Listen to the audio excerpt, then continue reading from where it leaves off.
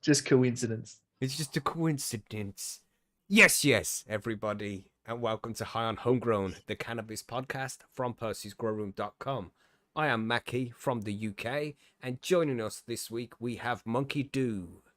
Hey everybody, Monkey down here in the Southeast US, enjoying a little sunshine and warm weather today. How's it going, everybody? Nice. We have Bubble Hawk. G'day guys, Bubble Hawk here from the land down under on the east coast. Not quite as nice as Monkeys today, a bit overcast, but other than that, should be a nice day. Nice. And we have March. That's right. Hi, everyone from central Canada, the Great White North. Is that what you're calling it today? Yep. Is it white today? As in snow Actually, it's not covering? that bad today. It's not that Ah, bad. I okay. mean, it's like 0 degrees or something, so I can't complain too much. I don't know what it's like out west where TG is. It's probably colder because it's always colder out there, but central Canada is pretty nice. We'll have to ask him. And we have TG. No, we don't. Yes. Yeah, he's Not away with this week, everybody. He's got some things to do away from the keyboard, so he won't be able to join us this week or next week, unfortunately. But he should be back the week after then. So he's a busy guy. You know how he rolls. But let's just a quick shout out there to Monkey's fancy avatar. You seen that? That's just something Mackie put me onto the AI on Discord, and AI designed this one for me. So there you go. Very nice, man. Thank you, AI, for everything you do for us. But Yes. Just saying that to make sure, you know, in 10 years' time when it's running the fucking world, it's nice to me. All right. Right. I try and do that too. I use please and thank you. Of course. You should do that anyway. Be polite to your artificial Right. intelligence, everybody. Yes. So thank you for joining us, everybody out there in chat and everybody listening to the podcast and shit. As usual, we're going to cover some cannabis news this evening, and we're also going to be covering how to maintain and start a worm farm in the Grow Guide section. When the Grow Guide section comes along, we're going to have Captain Matt join us. And he is a YouTuber. He has like 3 million worms, probably more than that now because it's been months since we spoke to him. But he runs a worm farm, grows loads of worms, makes loads of worm castings, and he knows his shit about worm farming. So he's going to be coming to join us to give us his expert opinions on loads of stuff to do with worm farms. That's going to be interesting. Also, this week's interview is going to be with Tad Hasse and Chad Westport, and they're going to be talking about their Dope History podcast. That will be released on Wednesday. It's not going to be on the show right now, of course, but I'll just say that so when I send the cannabis news out tomorrow to everybody, then they'll know what's coming up on Wednesday. Retention. We're trying to gain retention. That's right. Yeah, so I hope everybody's all good. Quick shout out to everybody in the chat here. We have Jinx, Phil, Twisted, Improper Weed Viking, Dave Leal, aka Mind Toker, Namargon, John Finnegan, Green Thumb, Gellert, Fifi LaFume, Pink Sky, Zesty Air, Snafu Bar, Original Lone Stoner, Dougaloo, Fweech, Bundertaker, South Silly, Martin 420, who else we got? I'm Sparky, Billy Bonds. Did I say Billy already? Not sure. Leo Style, Backblast, Dank Dixie, Woody's here, Rusty Nails, Spencer Hagerman. What's up, everybody? Yes, I think I got everybody there. So, yeah, thanks for joining us. Don't forget to hit that like button. Also, there's Noel. What's up, Noel? This is also live streaming on our website over at highonhomegrown.com. So you can head over there and watch it in the live streams panel as well. If you want to, no pressure. You can also watch it here on YouTube. But just to add before we go into the main show, we also on Rumble now as well, because YouTube keeps shunning us for the plants that we all collectively love. And I'm getting a little bit sick of that. So we're going over to Rumble. We're not going to go over there permanently. It's just there'll be videos over on Rumble as well as the other networks. So, yeah, Twisty said he can't chat there. Monkey, you said that as well, right? You can't chat there? From a High and Homegrown? Yeah, from the High and Homegrown website. I haven't tried yet. Right. Maybe. I don't know. I haven't tested it. Oh, I see. I just tried it and it There we go. worked. Yeah, it works. That's your fault then, Twisted. Sort yourself out, bro. Right, but I couldn't moderate from over there. Right. Okay. But we can moderate from over here. Thanks for testing it, Twisted. Maybe there's issues over that side. So we'll figure out the bugs as we go, because we don't usually stream from over on the website. But it's just something that, you know, people can go over there, watch it, and it helps with the retention. And Google is there like, oh, look, people have been on this website for 2 hours. They must really like it. Let's bump it up in the search feed. You know, things like that. Hey, that did it to me too the other day. That Twisted saying that it says he needs to be a subscriber for 5 minutes. It had a bit of a Mhm. whinge at me as well. I had to clear the cache on my phone and it come back and it was fine from there. So it was something to do with it having a whinge there. But Yeah, it happens, man. YouTube can get a little bit troublesome. And yes, who said that? Rusty Nails. Is that why you split the live shows into multiple episodes for release? No, it's because the main episode, what you're listening to now, the live show, it goes on for like 2, sometimes 3 hours. And if there's somebody who hasn't watched the show before comes across the video by chance, they'll be like, I'm not going to sit there and watch a 3-hour long video. That's crazy talk. But if you have if you have a news article with a nice clickbaity kind of title, like 23-year-old gets beaten to death, people liked that one. Then they're more. This is YouTube for real, bro. But they're more inclined to click the video because it's only 10 minutes long rather than 3 hours, and it's got a specific subject, and they just find it might help. Somebody dies, so yeah. That Click it. you know what people are like. Really. So, and we're also doing it with the Grow Guides as well. And this is what irritated me about the going over to Rumble. I put a video up, and before it was even released, YouTube was like, "Oh, this 18 plus content. This is," and when something becomes 18 plus content, then they put all sorts of restrictions on it, and nobody's ever going to see the video really. So it just feels like I'm wasting my time putting videos up on YouTube sometimes, but that won't happen on Rumble. So we're going to go over to Rumble as well and try and build up the network over there. So if you're not on Rumble yet, then get over there and sign up, because that might eventually be the replacement for YouTube. You know what I'm saying? So head over there. We got the link. I'll drop the link in the chat later on, and you'll be able to head over to Rumble and sign up and subscribe to our channel if you could. That would be appreciated. Yes. I only found this channel again, and now you want me to move to the website. I'm beginning to think you don't like. Just giving him, John, you're just giving him bait right now. He's Come on, figuring now. us out. There, Billy Bonds just posted it in the chat. Nice one, Billy. Nice one, Billy. That's why we keep you around, bro. That's the only reason why we keep you around. Savage. No, I'm only joking, Billy. Yeah, but there's the chat. There's the link for the new Rumble channel in chat. We have 7 subscribers, so check that out if you haven't done it already. Neat. Yes. So what we all smoking on today? What you got, Monkey? Actually, I'm on edibles this morning. I've been drinking can of coffee all morning, and Nice. high as can be, but feeling great. Nice. What you got, Marge? You got something nice? Yeah, I've got some more Forbidden Dream because TG sent me a bunch of that stuff in the mail. Sweet. Yeah. It's awesome So how you that's guys my can feel. do that, man. That's crazy. I know it is very nice indeed. A friend with weed is a friend indeed. I like that. Yeah, What you very got? true. What you squishing, Bubble? What you got? I've got a few today. I've actually got wedding cake flour with the Mighty. I've got that charged up and ready to go, and I've got some in the tray with a joint. I've got what's this one? That's Sunset Sherbet rosin. I've got Clark Kent's armpit rosin, and I've got a first and second press of wedding cake rosin as well. So yes, Nice. well and truly set for the day. Good choices, man. Well, What? You... oh well, at least for this morning's podcast, I'm set. I may have to squish some more later. We'll see how we go. Sweet. And we got some nice selections out there in chat as well. Billy Bonds has got silver haze and hash. Delicious. Nice. Leo Styles got some blue cheese. Tyler Kimmel has got some space kush. What else do we have here? Anybody else? There's Chilbert. What's up, Chilbert? Yeah, let us know what you're all smoking on, everybody. Martin has got some purple Moby Dick. Right?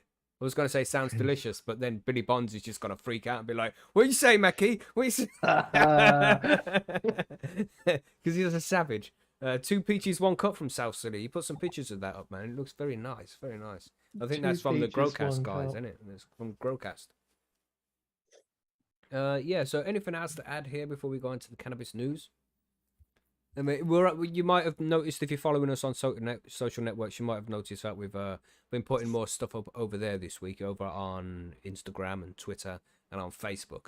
So if you do see us post, then please do like the posts, because it's just trying to build up the social networks and, just trying to bring up the whole online profile, really, of the show. Try and track in some more subscribers because we're so close to 2K. So Ooh. yeah, help us out by sharing and all that kind of thing.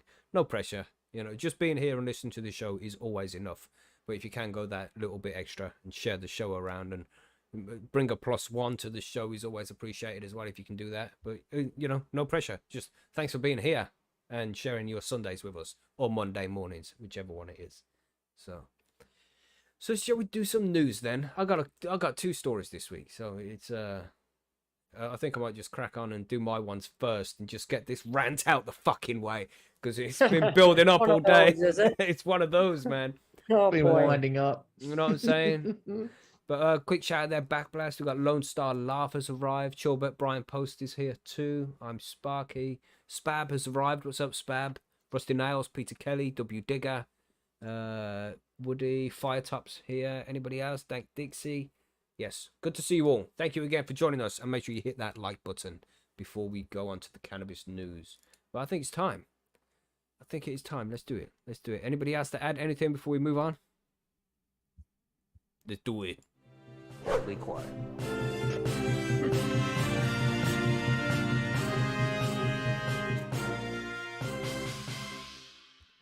Good evening and welcome to this week's cannabis news and events from High on Homegrown.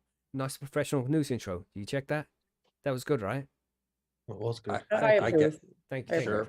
Thank you. Thank you, everybody. If you approved, then let us know in the comments below. How was that intro for the news? Was it pro or no? Yeah. So yeah, I think I'm going to crack on with my news stories here first because I have 2 of them and they both kind of relate to each other. And it's a bit of a fucking farce, really. I didn't even launch up the news stories on the screen, so I'm going to have to do it a little different this week. Let me just click this one and click this one. I'll edit all that talking out. Don't worry, everybody. So we're going to start off with this one here, and we have the news title, 28 men jailed after police bust £2 million cannabis operation. So this is a news story that caught my eye, and you'll understand why it caught my eye in a few minutes when we move on to the next story. In total, 30 defendants, mostly Lithuanian nationals, makes a change from the Albanian guys, which we usually see, faced the court charged for their involvement in the conspiracy which saw the group set up to 70 cannabis farms in houses across Nelson, Accrington and Briarfield, many in terraced homes with neighbours unaware of what was going on next door. Dubbed Operation Rockwell, officers found 2,500 cannabis plants and 100 kilograms of dried cannabis, which, with an estimated street value of £2 million. I'll just put this on the screen so you all can see. This article was being a bit of a dick, so I didn't put it up on the screen. Because it just closes down for some random reason. Why isn't it showing up? Sorry about the lack of professional here, everybody. Yeah, so much for the professional. You know, open. fuck it. I tried, man. Usually this is why I don't go first. Because I have to set up all this shit up usually. You know what I'm saying? But anyway, it's It's all there now. good. The show must go on. The show must go on. I can edit all this out. This is where you need to download the show, everybody, because it's so pro. There's no mistakes or anything. It's perfect. Anyway, here's the article. Okay, let's go back here. During the course of the 11-month sting, 11 months, damn. Police also recovered hundreds of thousands of pounds in cash. They loved it. That isn't in there. I'm just adding that. As well as weapons, including imitation firearms, CS gas canisters, and a taser. The ringleader of the conspiracy were Andreas Zoriteas. Now, everybody, you know, if you've listened to this show for a while, I'm really fucking bad at pronouncing people's names, so please excuse me for the butchering I'm about to perform. Okay, Shuaib Azraf Dar and Abdul Wahid. I did that one okay. You know what I'm saying? Oh my god, a taser. You know what I'm saying, Ricky Bobby? A taser? These degenerate criminals. Anyway. Properties were converted into professional growing sites, with the group installing steel doors, perspex windows, and CCTV cameras to protect the illegal activity going on inside from detection and rival drug gangs, like, for example, the Albanian drug gangs, which we saw last week. They also hired self-storage units to store equipment and cannabis, and hired skips so they could dismantle the farms when they had collected the yield. So, wow, man. Judge Richard Gio Serrano, not bad, sat in on the trials for the operation and handed down the sentences on all defendants. Speaking to the court, he said this was clearly a widespread conspiracy involving many people. It was a multi-million-pound enterprise involving dozens and dozens of cannabis farms. These involved clearly had no regard for those in law-abiding neighborhoods where living nearby with farms hidden in plain sight. That didn't sound right. I probably just read it wrong.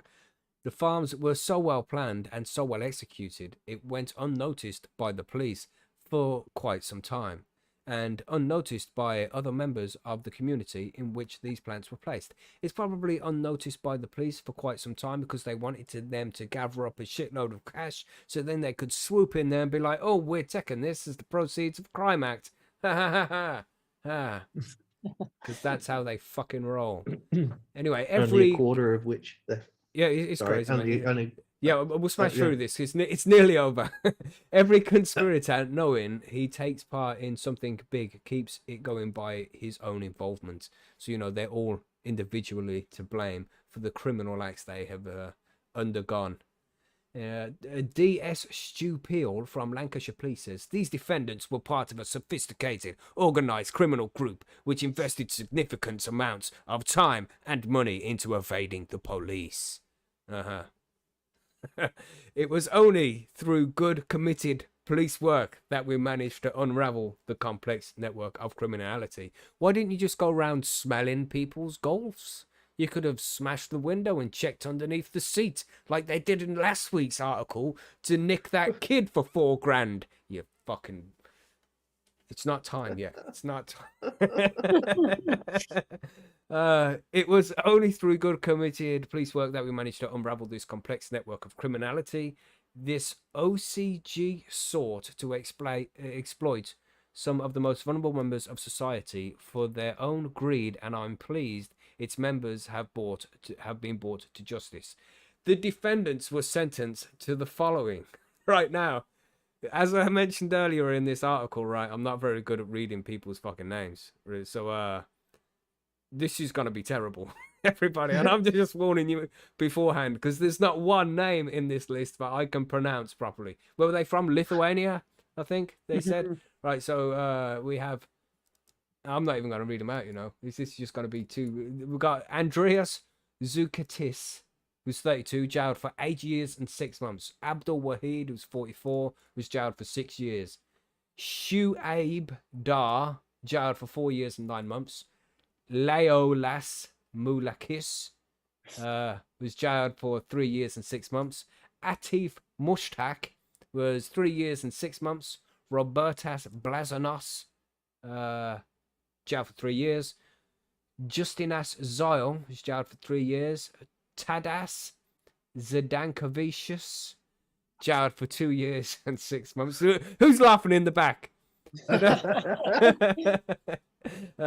Emantus Grikovicius, I'm so terrible at this, jailed for 2 years and 6 months. Gabrielos Euganasakis, Jeez. jailed for 2 years and 6 months. If anybody's wondered, then head over to YouTube, you see the video for this, and you can read these names on the screen yourself and see if you can do a better job than me. Probably can't, because these are difficult to read. Lucas Sakalusaks, did I read that one already? He was jailed for 2 years and 6 months. Adus Radzis, possession of the taser, that one. He jailed for 2 years and 6 months. Possession of a taser is counted as a firearm offence, which usually entails a 7-year sentence in the UK. So I don't know why this guy was only jailed for 2 years and 6 months. Anyway, Zilvinus Sudmonas, jailed for 2 years. Roman Latsawiski. That's legit. Let's just say Roman lots of whiskey. That is fine. Jailed for 2 years and 5 months. Thomas Ramanusukas, jailed for 2 years and 4 months. Another Thomas, jailed for 2 years. Rokas Rodakas, Thanks for having an easy name. Jailed for 2 years and 3 months with £384,120 in cash seized. Well done, police officers. Ern Stas Dapkus, jailed for 2 years. Modestus, name unknown, jailed for 2 years. There's just so many names. There's a guy, Simon Ass, there for jailed for 21 months. Then we have another guy for 12 months, another guy for 12 months. This is 12 months, 12 months, 12 months, 12 months. Jailed for 9 months, jailed for 8 months, and this guy, the last guy, no, he's not the last guy, received 2-year community order, so he's not going to prison. He must have been the grass. The Gardus Buta, he will be sentenced later this year. So as you can see, everybody, there's a lot of names that are hard to pronounce there, you know. I think before we continue, we should all give Mackie a round of applause for that heroic attempt at reading out all those names. Thank you. Yay! Woo! If I had sound effects, I'd go for it. Yeah. So as you can Well see, done. there's a lot of people here, and judging by the names, I don't think any of them are English nationals. I think they all have come over from Lithuania to specifically grow cannabis here in the UK with their Albanian friends, because that's what's going on right now in the UK. Is people are We coming remember. over. It's going crazy, man. It's like, I don't even want to get into this shit. But they were all arrested for, because the title of this was Gang Jailed After 2 Million Cannabis Operation Across 70 Terraced Houses Were Busted, right? That was the article that we covered this time. But now let's take a look at what's going on with the BBC. Medical cannabis company Hilltop Leaf secures 2 million investment. So what the actual fuck is going on here, man? You're gonna arrest all of these people, 30 people, and sentence them to fucking prison and take all their money from them. And on the other hand, at the same time of the week, same time of the year, they're gonna be like, here's 2 million for Hilltop Leaf, so you can grow as much weed as you fucking like. Are you fucking serious, man? What the fuck is going on here? How come these guys are allowed to take 2 million and what is this 2 million? This is taxpayer money, you know what I mean? The Well, taser. They didn't have a taser. must be it, Marge. Yeah. It must be it, because I cannot find out why that they have done this and why the difference is for these guys. They can go along and grow as much fucking weed as they like now because the government said it's okay for them. But these other guys, 30 motherfuckers, been arrested, had all their money fucking stolen from them because they didn't have their hands in the pockets of the government saying, if you don't let us grow this weed, we'll release that fucking video of you fucking the pig. Because you know they've all got, you know. I don't know how we segue back into a pig now, but we're here. You all think I'm joking, man. I feel like Alex Jones when I say this shit, you know. They were all out there, they're fucking the pig, they're turning the frogs gay, you know. This is real story, man. David Cameron, who was a former Prime Minister of the UK, there is a legitimate video of him having sex with a pig, and it's pretty much that before anybody becomes any position of power in the UK, they're like, you have to go and fuck this pig so we have something on you, and then we'll allow you to be Prime Minister. I'm telling you, this is the way it is. Anyway. Can you just? I've can seen you- the Black That was a- Mirror, but it's just crazy, man. I thought that was a Black Mirror episode or something. It No, was. Yeah. inspired, based on true life events. You know when they say that? You know? Sorry. Bubble, what was you saying, bro? I was gonna say, isn't it in The Gentleman as well? It's real, man. It's not lies. This is I'm not not saying it's misinformation. This is real talk, man. This is what they do. This is what you have to do to become a politician in the UK. I swear. Honestly, I've seen it on the TV Are you and stuff. sure? Are you sure you can't bypass it as long as they get a photo of you like smashing a crack pipe or something? Can Yeah, that- but because then you can't really see that it's a crack pipe. You definitely know when a man's fucking the pig. You know what I'm Well, saying? Mackie, Backblast does have a point here in the chat. You have to Oh. answer one question. Was he on top or bottom? It was more doggy. You know what I'm saying? Oh. Let's not try and visualize this. I'm just trying to explain it. We don't need to go into detail. You know, shit. And I wonder it- why was- YouTube flags our content. Was it a picnic? That's real head scratcher. Oh shit. Anyway, so this news article, we'll quickly run through it because I'm taking up a lot of time here with these two articles. But yeah, I want to just highlight the fact that these guys were taken for 2 million and now these guys have been given 2 million. And it's like, why, man? What's the fucking difference? Why does some people get prosecuted? Why some people get entitlement? It's crazy, man. A medical cannabis company based in the south of Scotland has secured a £2 million investment that will allow it to make the first commercial sales. Hilltop Leaf in Dumfries and Gallo has Scotland's first medicinal cannabis cultivation and production facility. Chief Executive Hamish Clegg must be member of the family of Nick Clegg, who is a politician, because, you know, that's the only way you get in this kind of fucking license is if you got friends in there. It said the business was based on the key pillars of health and innovation, environmental sustainability, and community impact. But now here they are just trying to pretend like they're doing it for us.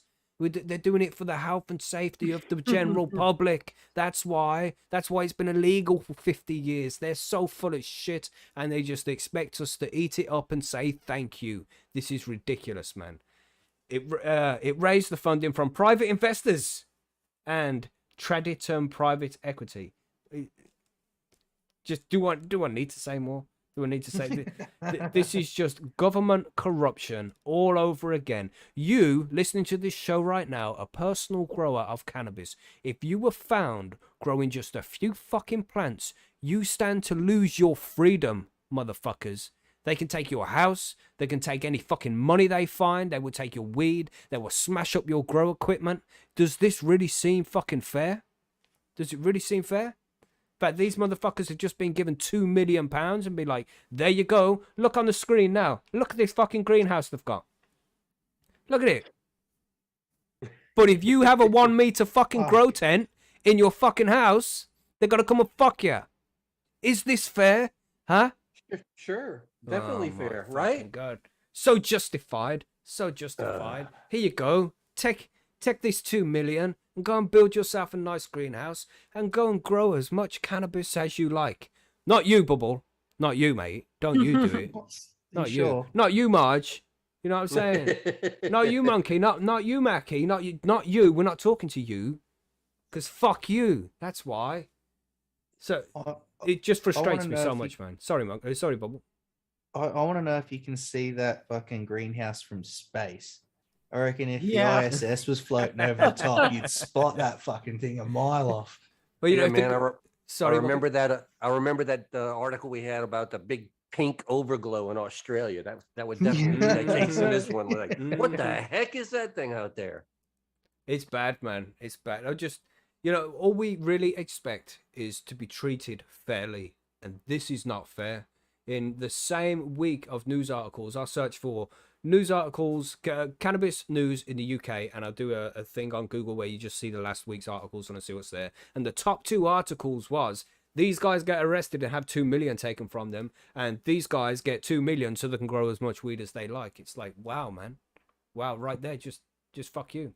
Just fuck you. We'll do what we like. And pretty much rules for me, not for thee. This is how the UK is now. It's the 2-tier system where if you're rich and you have friends in the government, you can pretty much do what you like. You can go and fly planes to exclusive islands with rich friends. You know what I'm saying, everybody? Wink, wink. Lolita Express. You know what I'm saying? Wondering when that was coming. Ah, fuck you now. But it's ridiculous, man. It's ridiculous. And I'm sick of it. Fucking sick of it. You know, you're doing nothing wrong by growing your own cannabis in your fucking house where nobody can get any of it. It's all yours. You're growing for personal use and all this shit. You're absolutely fine, man. And these motherfuckers will make out as if you're a criminal and you're a degenerate member of society. And at the same time, they're giving back payments to their friends so they can go and build massive greenhouses and grow as much weed as they like. It's fucking shocking. And we shouldn't keep putting up with this shit. And we need to do something about it, man. It's absolutely ridiculous. Anyway, let's move on to another news story before I just go off on a fucking another long rant, because it's pissed me off, this ass, man. It's pissed me off.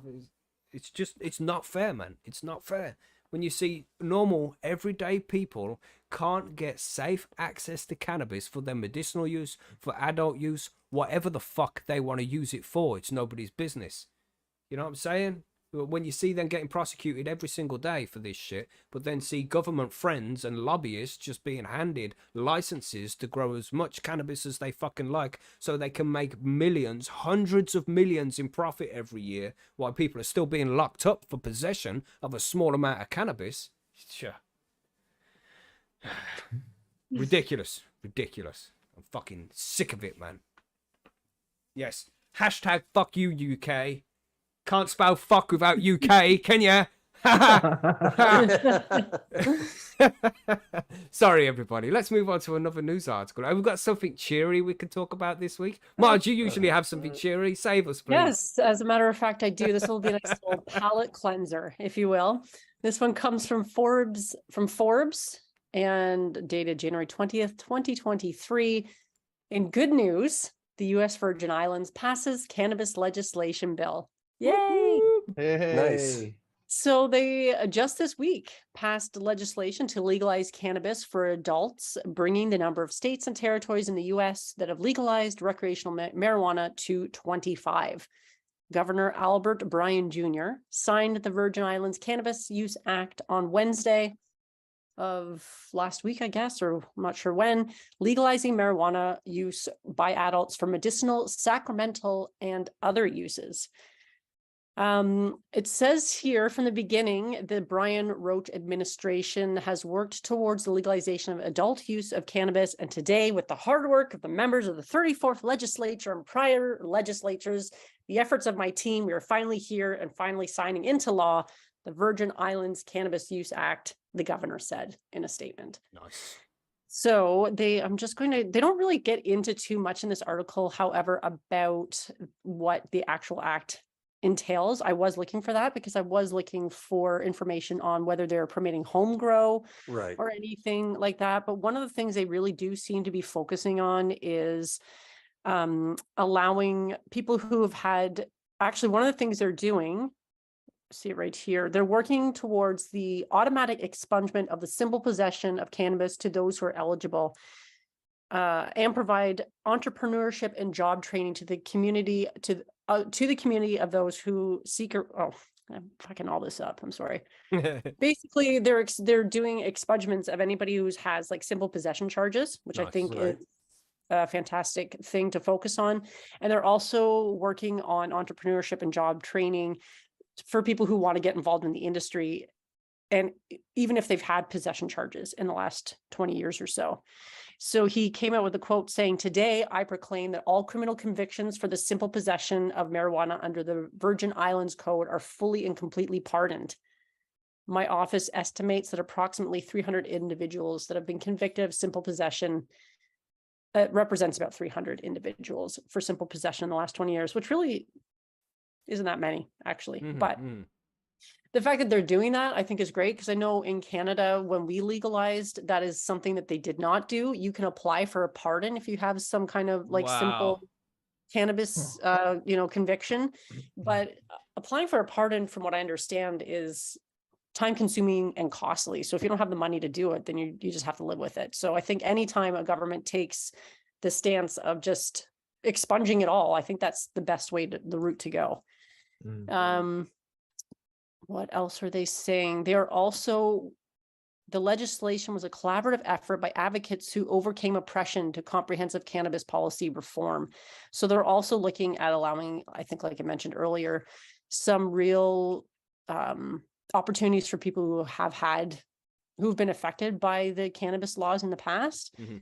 And this is a pretty long article, so I'm just trying to skim through and see where I saw that. But unfortunately, it doesn't really give any details as to what the actual cannabis act entails. Like, again, I don't know if it includes homegrown or like the ability to grow at home, like what age limits there are, how much you can possess or anything like that. But I think the fact that any time that, you have another state or territory that's going to be legalizing, that's always good news. And they're like medical, recreational, sacramental. It doesn't, they're opening the doors.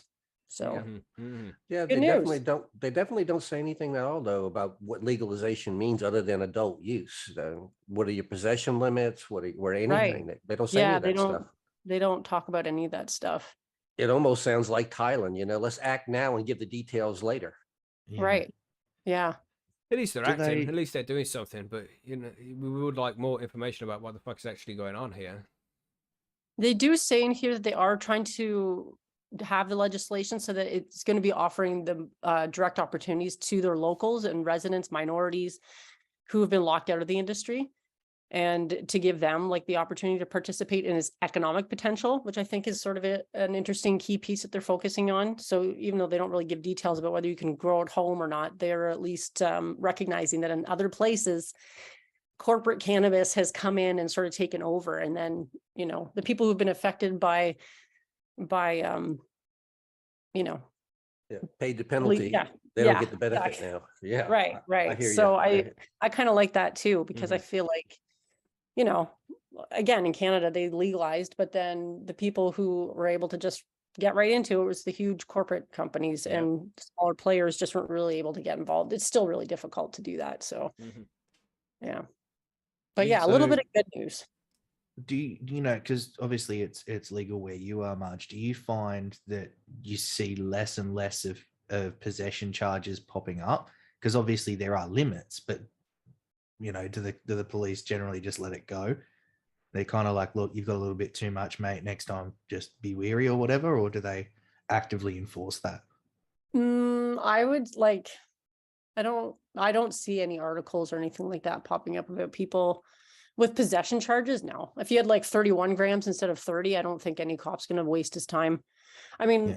in the town that I'm in, fuck, you could see somebody smoking crack on the street. So I think they got bigger problems solved Exactly. Fair than enough. somebody who's walking around with 32 grams of weed. So, Mhm. you know, because they're not the ones who are causing the problems, Yeah. Mhm. honestly. No, it's just So- out of, because obviously the last couple that have legalized, that's been part of it that we've noticed is you know, the expungement of things that's been talked about a lot. So it was I Mhm. was just curious with expunging simple possession, and then whether they're actively policing it from there on out, or whether it's just kind of like a, well, yeah, okay, you got weed, whatever, fuck off, you're not worth the I time, think you know. I think it's pretty much like that. Like yeah, it's just people with possessing weed, edibles, any of that shit, they're not that worried about it, from what I can tell anyway. I mean, if you Hmm. have like an illegal grow op with like tons of stuff and you get busted, that's a different story. But for any civilian walking around with, you know, the 32 grams instead of 30, or even if it was like a couple ounces or something, like, yeah, I don't You think, don't think they'd catch you just for walking around with a couple ounces? no. You'd probably get a caution or something like that, maybe. Yeah, yeah. I Mm. don't think it's worth their time, honestly. Mm. I agree. Like I said, in my town where I live, there is a pretty big problem of open drug use, and we're not talking about weed. There's lots of people out there, you know, smoking meth or crack or like all kinds of shit openly, and I feel like that's a bigger problem to solve. Mhm. Mhm. Yeah. Definitely Hmm. so. Yeah, I'm just Interesting. still a little bit raged, man. Yeah. Still haven't come off of the It's rage still yet. fucking raged, man. It's like, goddamn. Because then, you know, what Marge is saying here about Canada and shit, it's like, yeah, they didn't give the licenses to the people low down. It was all the big companies. It's like, goddamn, man. Goddamn, man. This plant belongs to the people. And it's just being stolen from us by all these fucking rich ass motherfuckers with the wrong intentions, man. This is not what it's supposed to be like. Right. But damn, Yeah, this I is where agree. we are. This is where we are for now. Maybe in 100 times things will be 100 years time. Maybe things will be a little bit different and it'll be a little bit more available to people. And it isn't just, we ain't just being mugged off because we decide to inhale a particular kind of herb. Farcical. Inhale, maybe just eat, whatever. Mm-hmm. Right. You know, Just enjoy it. Just Period. This do is- what yeah. you like with it as long as you don't have an Exactly. effect on anybody else like you can with alcohol. You know, just go out, get drunk, get smashed. Just don't get behind your fucking car and go crashing into somebody, because that would be detrimental to them and you'll be prosecuted to the full extent of the law, just like you should be able to do with cannabis. Go out and get fucked as much as you like, but if you go and cause somebody else damage, then you're going to be prosecuted to the full extent of the law. That's how it should be. Man, I'm still in rant mode. Excuse me. It's just crazy, man. We're still putting up with this shit. It is kind of crazy too, because I know in Canada they just released new guidelines for alcohol consumption, like within the last week or so. And they had rumored, I had seen some of this stuff before, but they finally enshrined it, if you will, with Health Canada. But the limit, I can't remember what it is for everybody, but women, for instance, the maximum recommended number of drinks per week is 2. Oh, I saw this. I Yeah, saw, we're and I talking saw one 2 guy freaking drinks. out, man. He was going on a Yeah. Mackie rant himself, and he was like, "What the 2 fucking drinks a week? But you can go Right. out and drink as much soda as you like." It's like, Right. damn, that's a good point. You know what I'm saying? But it's just interesting that cannabis is so vilified, and it's obviously so much safer because they came out with these new recommendations, because drinking more than that, if you're drinking 2 drinks a night, that can cause, it's like a known carcinogen, Mhm. causes heart disease, it causes all kinds of problems, and yet, But so is go ahead. processed food. So what are they gonna do? Yeah. Make us eat No, bugs? Oh yeah, they are trying to make us do that too. Well, they have the war on sugar. I mean, come on. There's some mhm. states in the U.S. that you can't buy over a certain size of a soda from a fast food restaurant because there's the war on sugar. Yeah, we get the sugar tax over Really? here in the UK.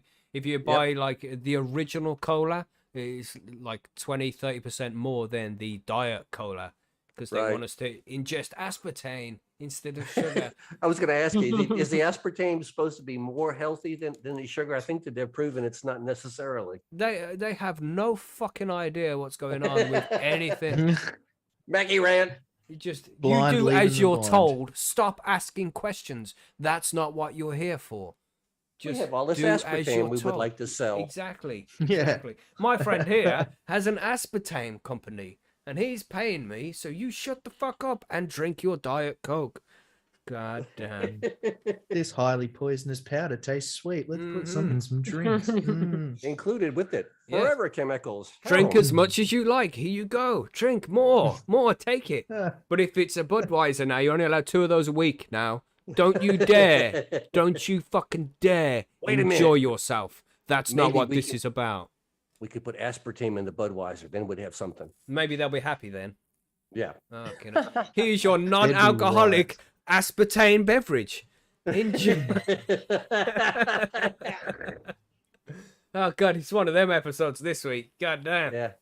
there'd be absolute riots if they tried that shit here. Mm. Yeah. Trying to give people. No, but you drink think limits. that, mate. But what they'll do is they'll do it incrementally, just small little steps. I mean, if they did it overnight, like you're not allowed sugar at all now, everybody would be like, no, fuck you, we're kicking off. But if it's like, we're just going to do it just to lemonade this month, and then next month we're going to do it to orange tango, and then we're going to do it to Coca-Cola, and just step by step, little by little, they'll take everything away that we enjoy, because that's how things are looking.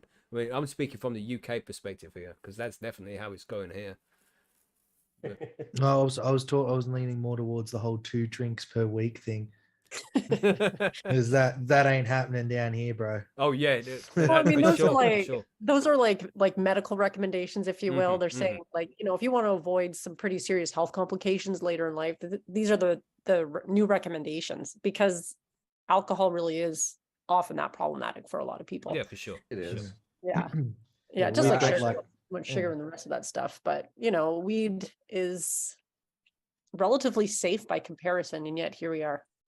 I just have no faith in the government, and I know whatever they're doing is not in our best interests. They don't give a shit about our best interests. So when they come up with shit like that, though they pretend like it's in our best interest, like it's good for you, you should cut down on your alcohol consumption. It's really not. They've got some other ulterior motive behind it, in my opinion anyway. Probably not. Well, Probably, but this what is would that tinfoil ulterior hat for me, motive you know. be, though? Because they have a lot of, it's highly taxed here, so the more you drink, the better it is for them. But Mm. yeah, I don't. Alcohol is, as Brian Post says in the chat, alcohol is poison, Mhm. and Mhm. that's well known. So smoke weed, eat weed, everybody. But I'm gonna be pissed off, you see, that day when they're like, we're coming for smoked bacon. I fucking love my smoked bacon. They will not take my smoked bacon, right? But it's a carcinogen and it's bad for you. I don't give a fuck. I'd rather die at 50 and have smoked bacon than not have smoked bacon and live till I'm 80. Okay? Right, and that's my Wow. decision. That's my decision, not the We can- government's. If we're getting into carcinogens and crazy politics, I mean, we can talk about the U.S. thinking about banning gas stoves. Oh, Come on. You know what? yeah, I heard yeah. about that too. I think they're considering that in Canada as well. It's like, I understand, but gas stoves are kind of a thing. You know, it's Yeah. like there's a whole saying. Now we're cooking with gas. You know, Exactly. Now we're not What- cooking with gas you know anymore. what I mean? And how come it conveniently comes at around the same time where we have this whole thing going on, like just off the edge of Europe there to the top right? You know what I'm saying? Wink, wink, nudge, nudge. They're up there at the top of Europe. You know Oh, that where little the game they're gas playing up comes there. from. Yeah, the Hmm. little game they're playing over there. I got you. Yeah, yeah. Mhm. Yeah, so no, don't be buying gas stoves because that would support them guys up there. Up Okay, there. there's a tangent for you. I think we're far enough off topic now. Yes, let's try and move on to the next news article. God damn. This it's because TG isn't here to keep us on track. That's what it is. Right. So what we saying? Bob, would you want to go into your one, mate? Your one seems pretty fucking interesting. Yes, well, mine's both interesting and funny at the same time. So police find elaborate underground bunker in Adelaide allegedly used to grow cannabis, and this is why I did it because of the allegedly. Allegedly. If you look at the photos, there's not much. I would say it was It's a not tanning allegedly, salon, but- mate. It's tanning. Yeah, that's it. Where are we? Okay, 2 men have been arrested after police uncovered an elaborate underground bunker allegedly used to grow cannabis in Adelaide South. Officers attended a semi-rural property in the suburb of Coromandel East on Monday where they discovered the bunker's entrance. Once inside, police allege they uncovered a large amount of cash and drugs, including 18 cannabis plants being grown hydroponically. 18. Ooh. 18. Absolutely disgusting. They want to be ashamed. What would their mothers think? Officers seized the cash and hydroponic equipment along with around 680 grams of dried cannabis and roughly 35 grams of a white powder suspected to be cocaine. Oh, Yeah, a 53-year-old man and a 20-year-old man, both from Coromandel East, were arrested at the property. They have been charged with cultivating cannabis, theft of electricity, possessing prescribed equipment, trafficking in cocaine and cannabis, and money laundering. The men were also charged with possession of firearms without a license after police allegedly found 2 gel blasters in the bunker. Gel blasters are designed to look like real firearms but fire relatively harmless water-based pellets. In South Australia, gel blasters are subject to the same licensing, registration, and security conditions as other firearms. If you have a gel blaster, you have a firearm, South Australian Police said in a wow. statement. Detective Okay. Superintendent Billy Thompson said illicit drugs did untold harm to the community. This find of a concealed underground bunker illustrates the lengths that those involved in alleged organised crime will go to in attempting to conceal their activities. The men were refused bail to appear in Adelaide Magistrates Court on Tuesday. So they yeah, had a powerful water pistol. pretty much 18 plants. Which copper did they piss off? Because this isn't Yeah. newsworthy. 18 fucking plants. And look And at have when you you seen- see the picture. yeah. Look at the picture here, everybody, on screen right now. Look at this. Look how small those plants have to be for them to be able to walk down in between those plants there. Right. Yeah. They I- said I wouldn't hydroponic. call I was that a looking for I was looking for DWC. That's, if anything, soil. It looks like soil, maybe cocoa, but Yeah. Mhm. that's not a fancy. That's not a high tech. I think it's cocoa with So, yeah. auto watering. Yeah. So the way they class a hydroponic system here is anything that has an auto watering system. Ah, okay. So, or anything grown under lights indoors. Yeah. Okay. That's classed as hydroponic. So, Fucking Look- hell. Yeah, it looks like they got. It looks like HPS in the photo here, and they're stealing power. So that's how you get caught, big time. yeah, look, it's the stealing power thing, like, Over and over. That gets people caught over and over. yeah. I And- mean, to be honest, it just looks like a little service tunnel that they've kitted out. Like, It let's does be honest. actually. It's a Mhm. hallway. Yeah, What, it's not what gets exactly me a here bunker, is it? they say, once inside, police allege they uncovered a large amount of cash. That's what they're saying about the cash. But then 18 cannabis plants, specific. 600 grams of dried cannabis, specific. 35 grams of white powder, specific again. Why are they specific with the amount of cannabis and the amount of white powder, the amount of plants, but not very specific about the amount of cash that was taken? Excuse me for being skeptical here, officers. But how much money was also taken? You're so specific about everything else. Why not be specific about the amount of money that was taken? Yeah. Maybe some of it was eaten by rats. Really. Possibly. Hmm.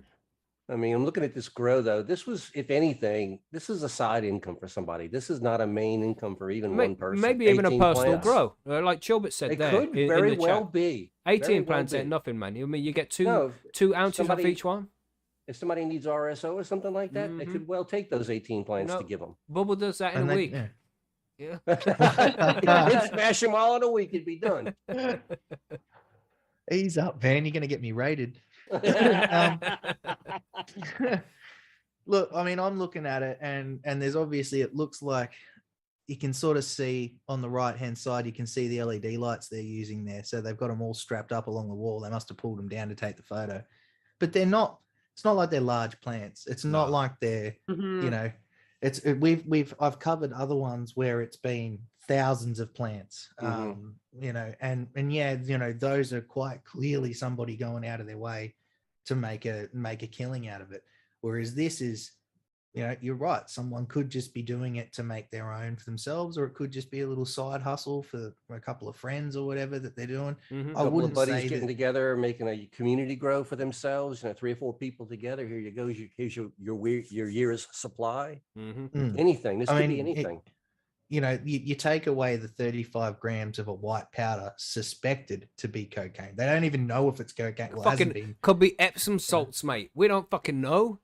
It could Yeah, be. it could Yeah, be it a could lot be of anything. Bicarb. Yeah. Could be a dry amendment, anything. It's just that they're suspecting it's that. You know, and 680 grams of dry cannabis. Like, yeah, it's a lot, but in terms of a home grower, is it really that much? You know, 30 had, ounces. like- I've had that much at one time around before. I mean, it's not difficult to come about that much. I've harvested come- that from one fucking grow. I didn't want to say that way because it sounds like a little bit bad when you say it that way, though. But no, that's really not that much cannabis. Mm. Well, it's really not. And you know, and then to sting him with a firearm charge for gel blasters, like, come on. You know, wow, bro. The gel blasters, is that what we would call paintball guns? No, it's like, Okay. okay. So you know Orbeez, the little Orby balls Yeah. that you put in water and they expand in water. Oh, okay, It's- I know what you're talking Mm. about. This is for It's crowd those. control. Yeah, but they're not even hard. So when they hit you, they just, you know, disintegrate into little bits of gel. But So, they leave yeah, a you might bruise, get- like one hell of a bruise on you though when they hit you. Not even, Really? not like a paintball. Like paintballs hurt well more. But what than it gel does, balls. Okay. what it does is it embarrasses the police officers and it hurts their ego. So that is essentially attacking them. We're in 2023 now. Feelings matter. Feelings matter. All right.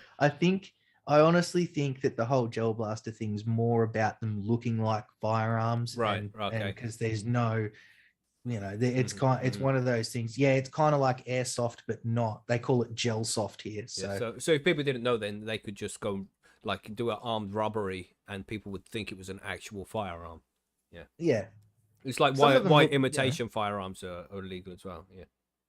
some of them look pretty. Yeah, imitation, same thing. It's Mhm, that's kind of how they run with it. Because I mean, some of them look pretty real. You know, and to someone who didn't know, you'd look at them and go, "Oh fuck, okay, right." So, and you know, in the heat of the moment, if you're standing behind a counter at a service station or something like that, and someone comes in and points one at you, you're not going to fucking argue, are you? Mm. You know, No, you'd be like, you "Oh, relate that, okay, Rachel. Come on. yeah." You know, yeah, that's it. Come on now, you know, that's not Yeah. gonna. You'd be like, you know what? Take what you want, bro. That's I don't right. get I don't paid get enough paid for this enough shit. for this shit. Exactly. But you know, pretty cool to have that nice underground bunker thing going on there. That would be sweet. You know, how many of us out there as personal growers would be like, I wish I had like some underground bunker where I could grow my weed in. That would be fucking sweet. I know I have thought about it before. I was like, maybe if I like just hire a digger, dig up my back garden, plant a fucking like a shipping container there and cover it back up. That'd be pretty sweet then. Then That'd with be awesome. range, you can have water down there Mhm. and everything else. yeah. Right. That's Now right. you've told everybody listening to High on Homegrown, I think you should do it. Do it, everybody. Spend 100 grand Yeah. setting up a fucking grow room in your garden underground. Yeah, for your personal But see, grow. yeah. Damn. Knowing my luck though is that'd be the time that the fucking Google satellite blew over the top and there'd just be this massive hole Right. with a fucking thing in your yard. No, you because as soon guys- as you finish, they'd legalize, and You'd be able to buy Yeah. ounces for $15 like you do now. Yeah. Just grow it in the field out the back rather than. Well, I think I remember Cheech and Chong. What was it? Next movie, the way it started with them trying to fix the pool cover because they were growing in the empty swimming pool and they had like a cover on the top of it or something. And the helicopter comes over and he's pretending like he's swimming in the Visqueen. The things we have to do, you know. Mhm. So we have one more news story from Monkey. Monkey, you want to tell us what's going on in the USA? Yeah, this story came by, and it's not something brand new, but it's something that many people may not be aware of. It says how cannabis companies are building brand loyalty by selling seeds to consumers. You know, we all know about. I buy my seeds from breeders. I don't really buy them from dispensaries or growers, but this is something new that's coming out now. Build more loyalty by giving them the seeds. Just saying. Well, that's probably what they're trying to do is build loyalty. But you think they're going to give the seeds? Oh, man, if you would be giving me the seeds, I'd be in line. Honestly, you know, anything for free. Hello, friend. Hello. Exactly. Several cannabis companies have added cannabis seeds to their line of products offerings, even though that first move, the first blush might be seen counterintuitive. What, for one, would cannabis companies want consumers to grow their own plants? The logic is basically, like you said, Mackie, you hear so much about cookies. You want to grow cookies. How do you grow cookies? Well, in the past, the only thing we've been able to do is maybe get a cutting from somebody if you're lucky. But you know, some of these brands were being restricted so much that if you didn't buy it from dispensaries, you couldn't get it. This is how you get your sales up, exclusivity. So now the push is on is, hey, we got all these great genetics. What can we do with it? So now some companies like Berners is starting to release seeds to the public. Now that the U.S. DEA decided that cannabis seeds can now be handled like hemp because they are below 0.3% THC, it opens the door for all these companies to sell seeds, not just in their own home state where it's legal to sell cannabis, but they can sell seeds across the entire country in the mail. So you have some of these dispensaries now offering some of their brands there. So that everyone who's got a home garden during the spring and summer grows tomatoes, but only 98% of the tomatoes, they buy are bought from the store. This is their philosophy. Like, yeah, we sell some seeds, a few people will grow it, a lot more people will taste it, and more people will come back to buy more. Yeah, but it's much easier to grow weed than it is to grow tomatoes. We all know this. Not really. To me, it's about the same. Well, yeah, I suppose it's not too different, is it? Yeah. Well, I mean, it's different, but it's no more difficult. You do things differently for different reasons. But both of them take about the same amount of effort, in my opinion. I've grown most fruits and vegetables that I can grow, and cannabis it's just learning what it likes versus what a tomato likes. But the process is the same. The amount of work is about the same.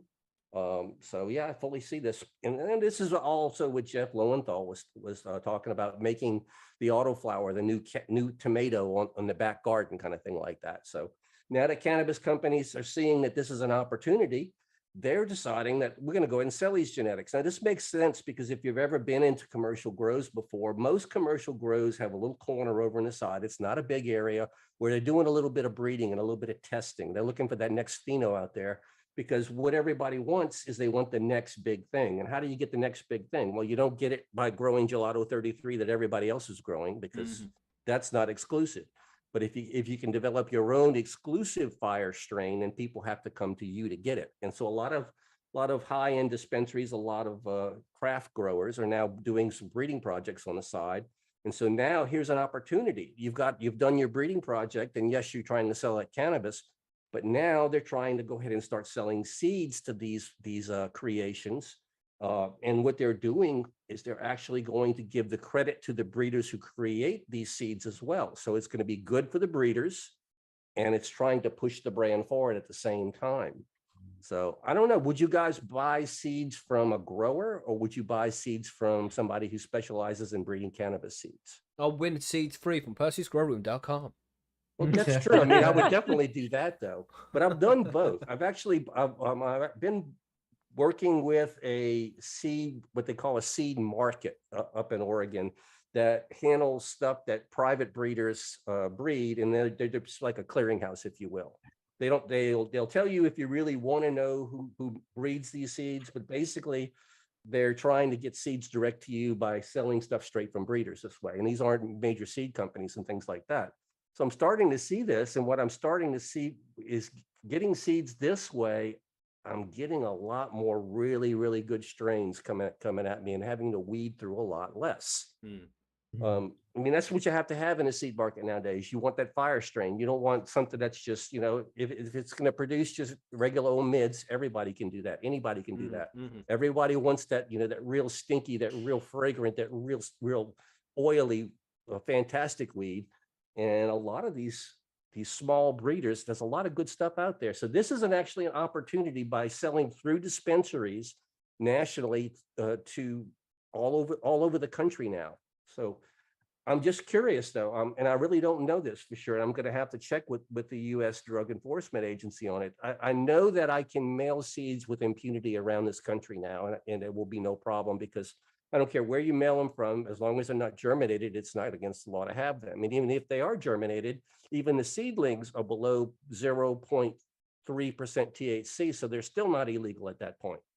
So, you know, it's safe to sell them at this point. So we're going to start having more and more and more seed breeders and seed offers here, because now that is truly something that can come all the way across the country. But can I bring these seeds back in as souvenirs? Can vendors from other parts of the world send me seeds without having a problem of being confiscated? I don't know this answer yet. Now we can send them all around the country, but can we bring them in? And nobody can tell me this for sure. I know I get stuff in when I ordered it, but I'm not sure that the invoice, the bill of lading actually says cannabis seeds on it when it comes in. It's probably just souvenirs or something like that. But according to the DEA, as long as we're selling these seeds, quote unquote, as souvenirs, same rule as in the UK, it's fully legal to do this now. So, but see, that's what they say here too, is that you're allowed to have them as souvenirs, but they'll still sting you if you get if they come around and they go through your stuff. They'll count each one of those seeds as a potential plant. Wow.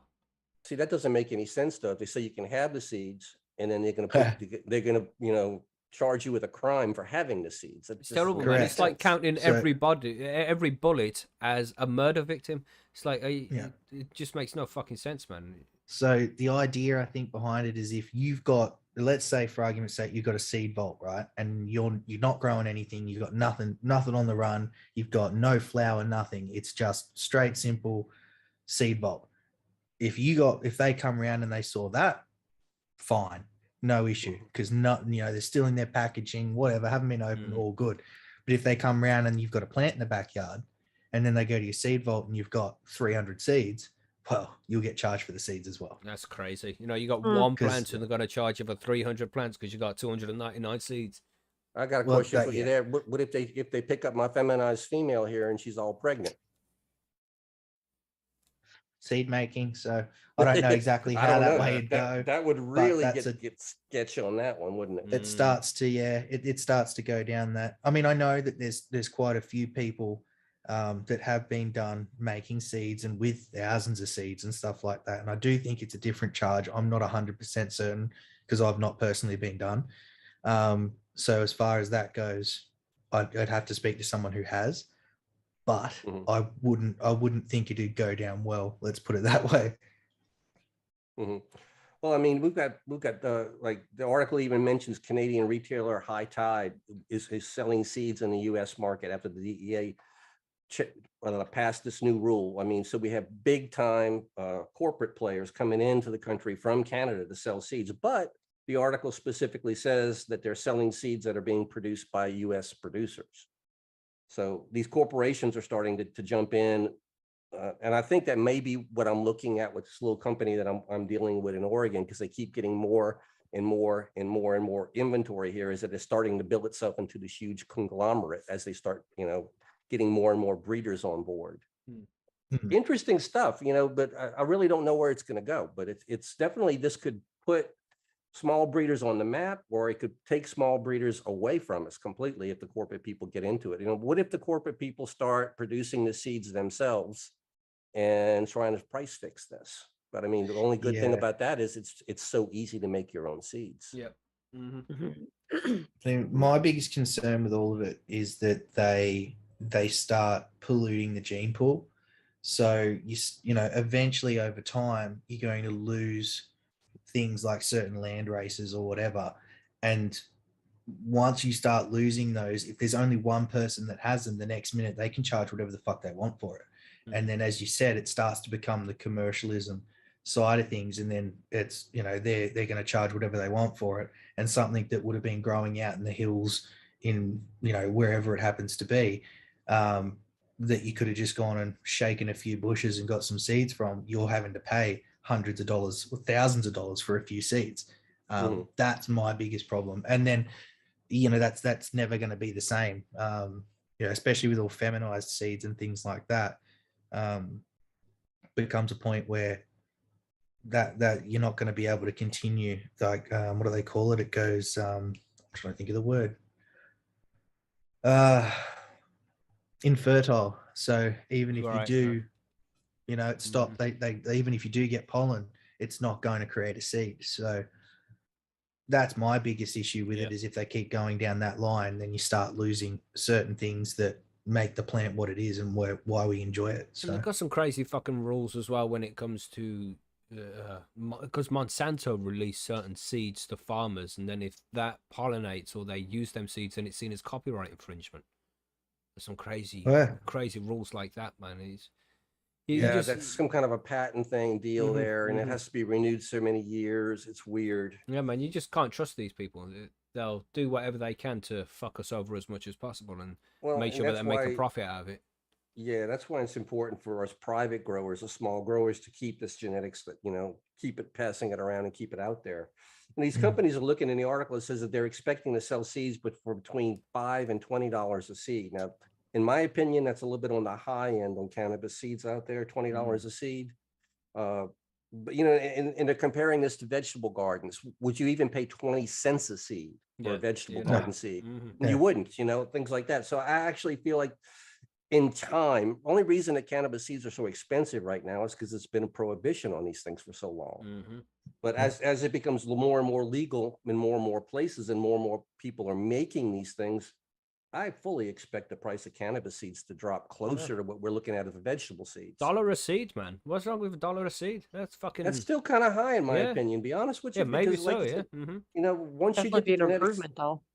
it would be a great improvement, $1 a seed. Fantastic. I mean, I could definitely afford to grow much more there. But that's it. Like you said, Monkey, you can make your own cannabis seeds. So we always have that option, man. We do. And I mean, the community, I mean, I've gotten several sample seeds and testers come from various growers around the country. And I love getting that stuff. That's what keeps our community together. And, you know, we take it, we grow it, we pass it forward to the next guy, that kind of thing like that. So with our community, it's a great article talking about the availability of genetics coming from a different source. But in actuality, our community, we can support ourselves if we really want to. You know, we bring a little bit here and there. We take the fire and we cross fire with fire, and you get bigger fire. Like we always have done, man. We don't need these motherfuckers. The cannabis community has been doing this without government interference for a very, very long time. And now they want to step in and have a piece of the pie. They need to play according to our rules, man. Otherwise, we just carry on the way we were. Back to the legacy market. It would be no different for us. It's what it boils down to, though, Mackie. Unless they're getting a piece of the pie, you can't fucking have it. But you can. You just got to follow the free rules, right? Well, yes. Yeah. I still think that there's a market for specific strains. Like if you're say you're a breeder and you find a strain and you hunt it down and you back cross and you do everything to make it just an absolute weapon of a strain, people are going to want to pay a little bit extra for that.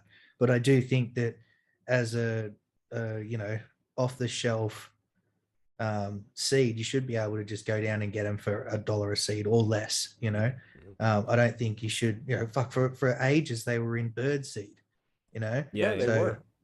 We used to be able to go and get a pack of bird seed and you'd pick Trill. two and you Was get that the bird seed? Trill, I think it was. Trill, yeah. How many old grannies got done growing weed in their backyard for that? You know, same thing.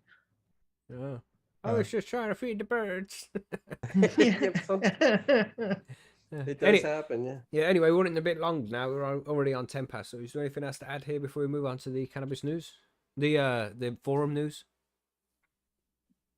No? Yeah, I think we Right. got it. I don't think we have much forum news really. I mean, as I said before we got onto the news in the first place, we're vamping up the social networks, the Twitter, the Instagram, and the Facebook. So if you see our posts over there, then give them a like, share them, things like that.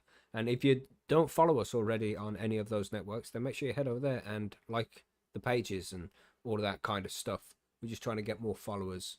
Maybe we can reach more people if we try hard and get more people here watching the show live with us on Sundays. That's only a maybe. It's fine as it is. We don't need to chase down too many watchers. We have enough, right? We have you guys, and that's plenty. What else do we have? We're also on Rumble, and Billy did post the link in the chat earlier on. So, Billy, if you don't mind, can you post that link in the chat again? It saves me doing it. I do have it here, but it's easier if you do it.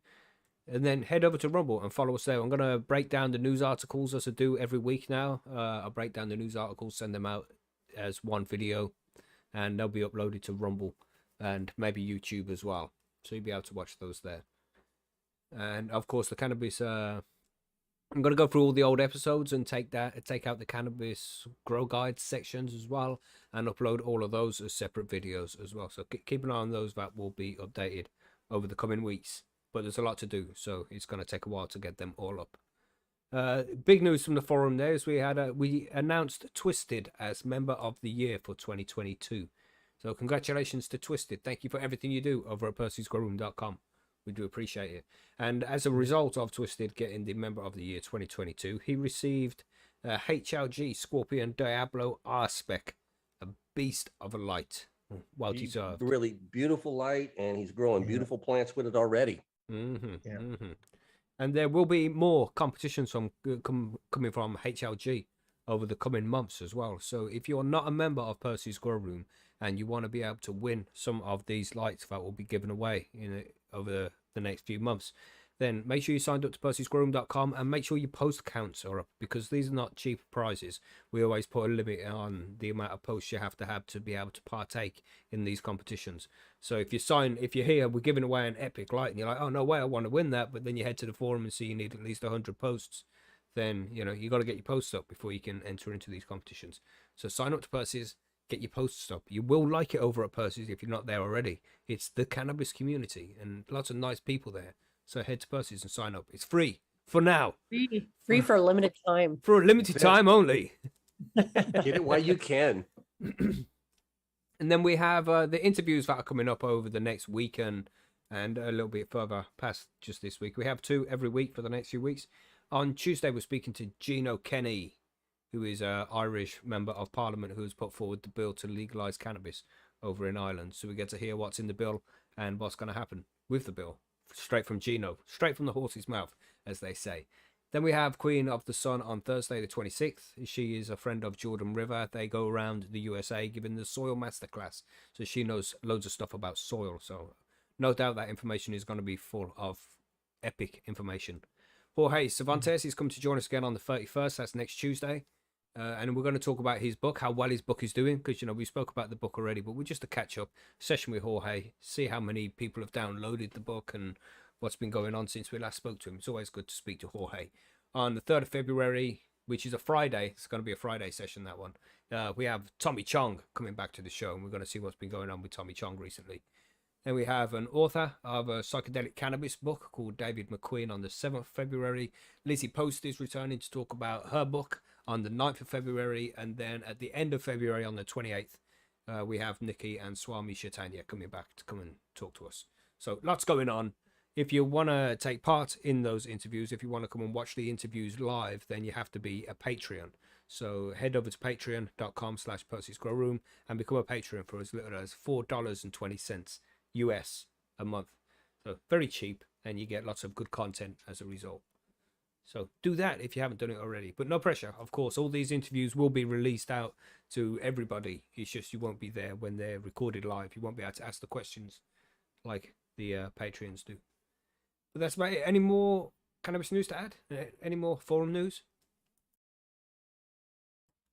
Anything from you, Marge? So- You got anything from Bite Me? You got anything to add there? Well, I'm just putting out episodes every week, and you can find the Thursday. They come out every Thursday. Bite Me, the show about edibles, and I am working on a couple new projects, like I hinted at before, I think, and one should be coming out in February. So stay tuned for that. Cool.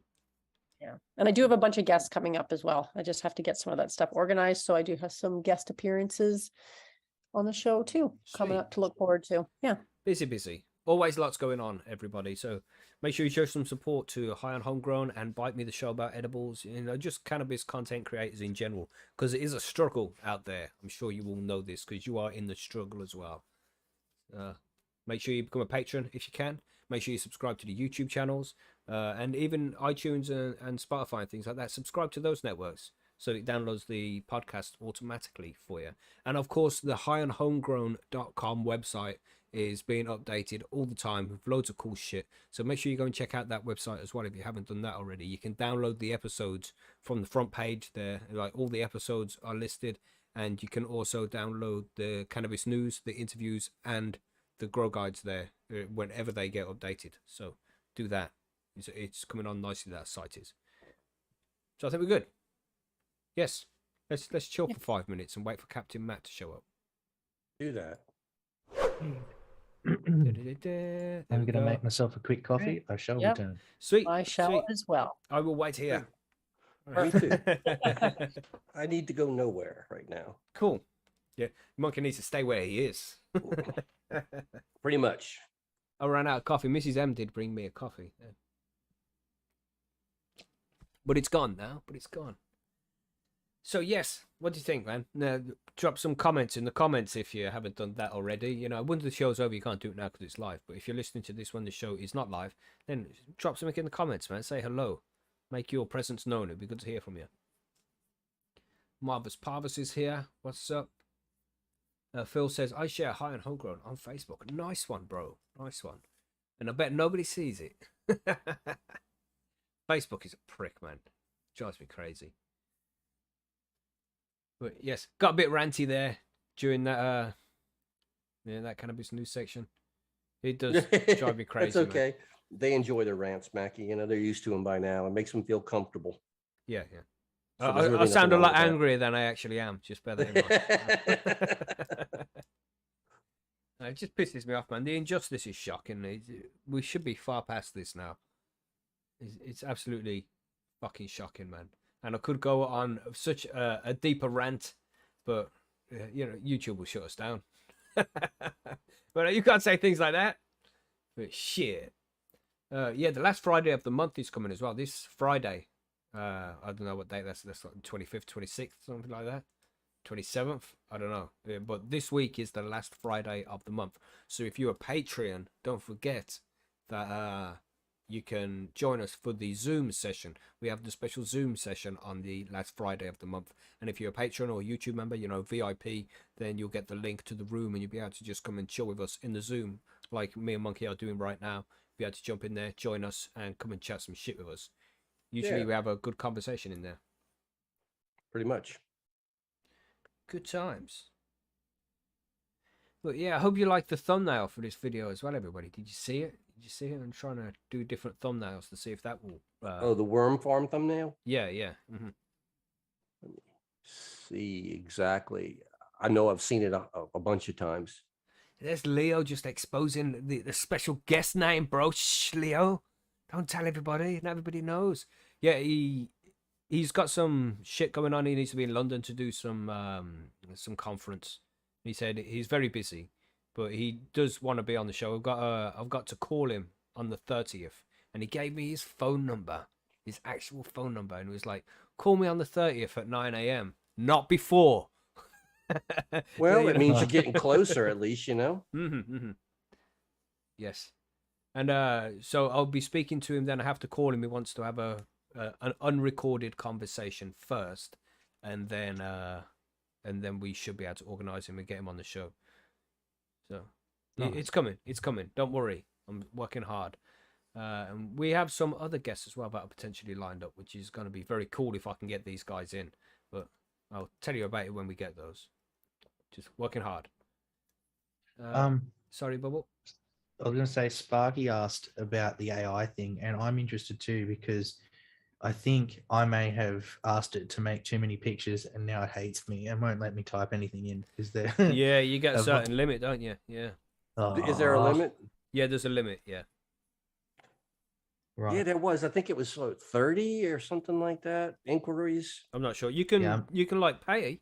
Yeah, you can pay some money and become a subscriber. Then you can do as many as you fucking like, man, and that's super Yeah, cool. yeah, yeah. But if you're on Discord, then search for Mid Journey.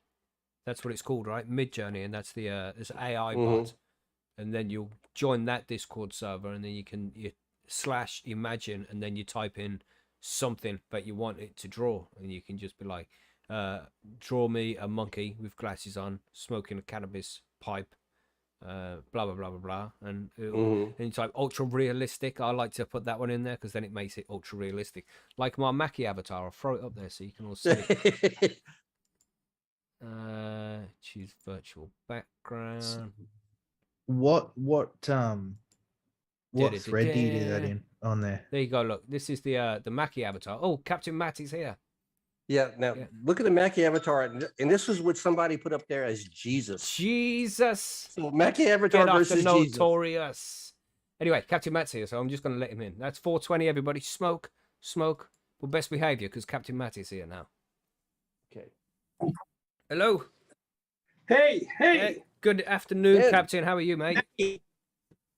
Mackie and Matt here, and Luke and Jude and Mark. Oh, cool. We have a Nice. collection of people today. Oh yeah. We want to come at you with our best, buddy. Sweet. I've been seeing up on YouTube, you've been putting up loads of shorts.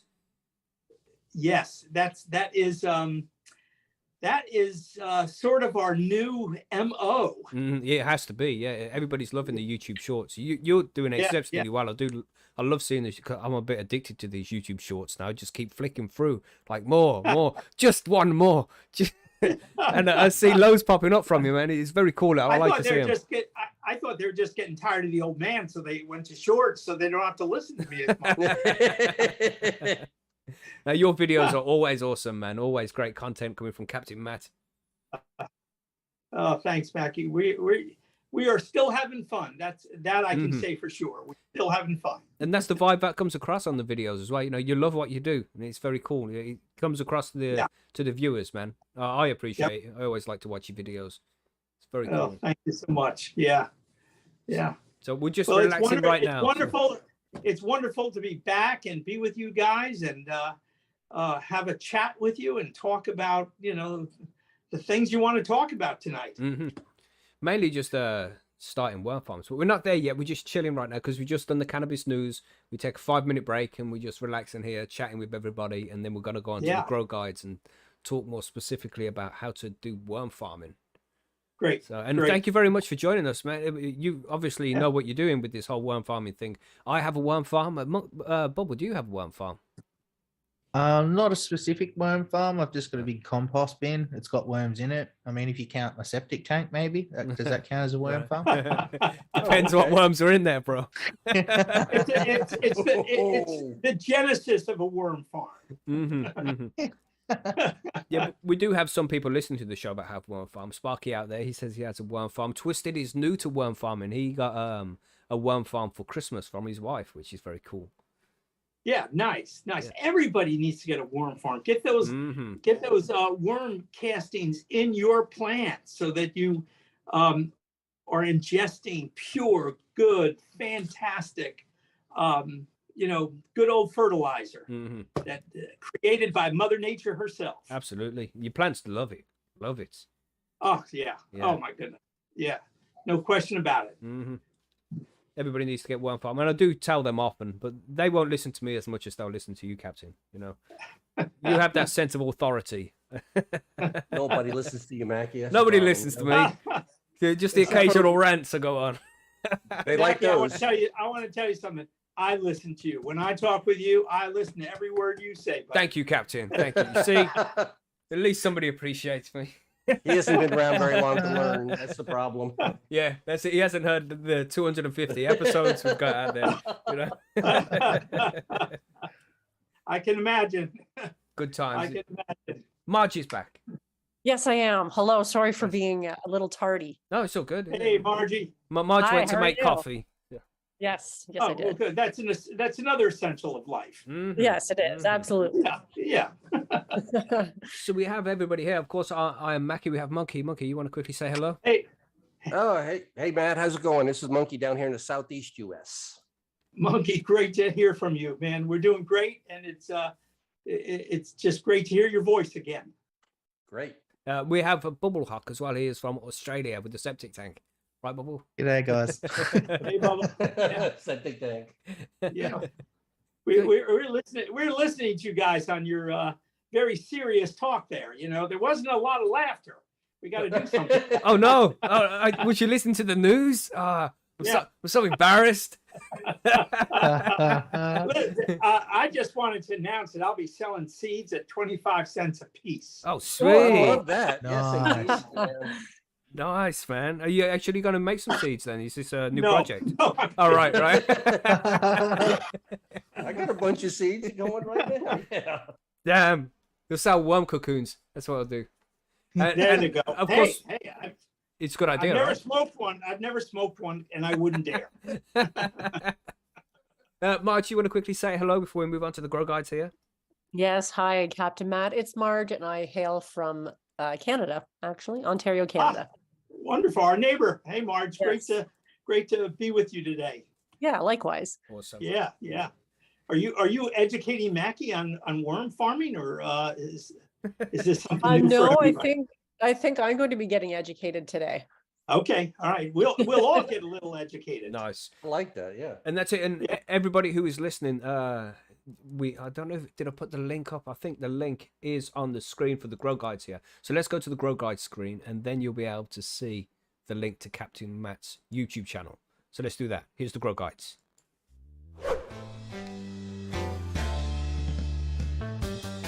It's like, why are we so quiet? It's just some music playing, Captain. It'll be okay. Anticipation. Yeah. Oh yeah. Here we Right. go. There we go. So this is the Good. grow guides. We're going to be talking about worm farming this week, everybody. How to make a worm farm, how to maintain a worm farm. And joining us on the panel for this special grow guides episode, we have our good friend, Captain Matt. Do you want to say hi, Captain? Hey guys, it is just a joy to be with you, and just to share with you again. And some of you it isn't again. Some of you it may be for the first time, Mm-hmm. but just to share with you that we really have something, in worm castings. This is not something we don't even make a lot of money at this. I mean, have we made any money yet? I don't think we made any money. If you have to ask, then it's probably no. No, we brought the bookkeeper with us just in case we needed her. But seriously, it's just trying to get the word out that there is nothing like the castings of a worm and the fertilizer that comes from them. Mm-hmm. And I played around with it for a while, but I want to tell you something. When I finally got to that place where I only used worm castings in my vegetable garden, I have 15 raised beds. I had a few of my neighbors growing cannabis in my garden, and we fertilized everything with the castings. And I have never, ever seen the produce that we've gotten. This past year was the year that I used only castings. It was phenomenal, just phenomenal. Wow. And for cannabis, guys that are smoking or I don't know if you guys have the chewies over in England, but we got a lot of chewies around here that I'm hearing about. But you what are they? Gummies, the gummies. Yeah. Yeah. Hey, why not get the pure stuff that really will get every bit of energy out of the plants, or put every bit of energy into the plant in order to get all the energy out of the plant without using chemicals that are probably just screwing us and we're not even knowing about it. Mm-hmm. Yeah, but that's my hello. Okay, I'll shut up for a few minutes. But there's the major thing, I think one of the most important things about worm farming is the bacteria. You get the microbes. Yeah. Because you get all that good nutrition, but when you bring those microbes into the grow room as well, the plants love that. That's what it's all about. Having them local microbes, and It's like you say in your videos, man. It's like black gold. This stuff's crazy.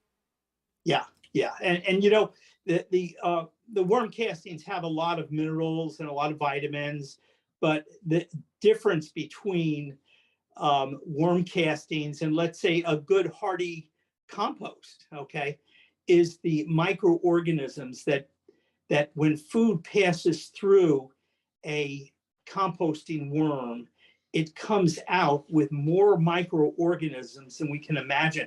We were writing an article the other day, and my son was writing a paragraph, and he said there are more microorganisms in one handful of worm castings than there are people on the planet. And I stopped him and I said, now, wait a minute, where'd you get that from? He said, well, there are. And I said, well, there probably are, but who's counting? But the reality is this, is that there are more microorganisms in a handful of worm castings than anyone could even count or imagine. And that's what allowed our earth to become what it is on the growth side of the earth. You know, we take grass for granted. We take, you know, natural growth in the forest and the woods. We take it all for granted. Well, what fertilized all that? What gave all that and the ability to become what it has become? And I'll tell you what it was. It was the worms, because they're in every part of the earth except the Arctic. And it's the worms and their worm casting. And it's just part of the big ecological plan. And we have to stop overlooking that and realize, let's get back to the source, because the source has already, if we'll look at the beauty of nature around us, it's the worms that have financed and put forth all the fertilizer to create all this beauty that we look at. And now it's time for us to start taking that seriously and realize we have that in our hands. And we can actually raise these worms, gather their poo, and we're not taking anything from them. You know, when you milk a cow, you take their milk.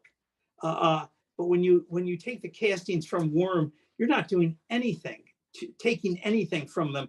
You're just receiving from them what they were created for, and they're giving us what really will grow the finest growth that man can have. And I don't say that lightly. I mean that with all my heart, having worked with it for the years I have and watched the progression and seen it actually blossom.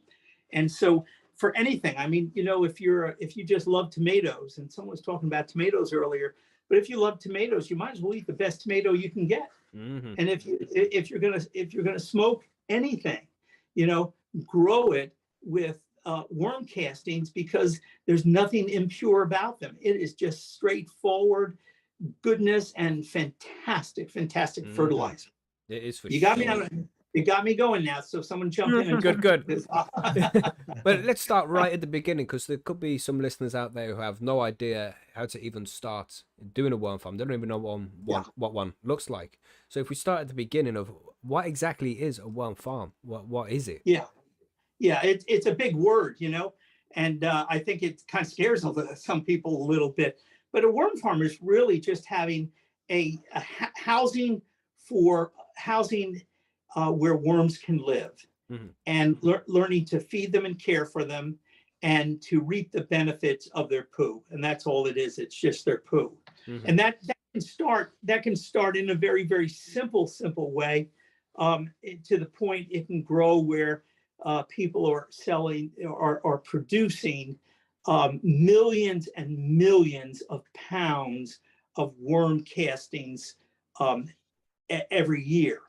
But to get back to the basic, you know, when I started, you have to start with worms. You got to get worms, period. You know, and then you have to have a place to put the worms. And I didn't have a place to put the worms when I first started. So I understood that cardboard was a really good bedding, or shredded paper. And so I got some shredded paper, tore it up by hand, tore the cardboard up by hand, and I put it in a plastic bag, what's it called? The bags, it's called a t-shirt bag in the States. I don't know if you guys, it has two handles on it. It's very thin plastic, and some of the stores you walk out with your vegetables or whatever, and they put it in these bags. Right. We call them carrier bags here in the UK. Okay. You guys have a while to catch up with us, Yeah, But we okay. know. Yeah. Don't get me started again, Captain. That's pretty Please basic. get him That's what we're started, gonna do. please. So you get a carrier bag, Mhm. and so I put my worms in the carrier bag. I moistened, and because there's a million ways to learn about this. Just go on the YouTube and or any of the stations, and just put in raising worms, and everyone tells you immediately shredded paper, cardboard. And I put mine in with some shredded paper, cardboard in a plastic bag, and I hung that bag over a milk crate. And that's how I started. And that was my first worm farm. And then, yeah. So, and I know people that started their first worm farm in one of them carrier bags, and they just hung them on the handle of the door of their bedroom. Wow. I mean, in other words, it can get that simple, but it also can get very elaborate, where we can go from that to producing massive amounts of worm castings to fertilize a 10-acre farm. But today we're just going to talk about the basics. And then we need to feed them, and they love vegetable matter.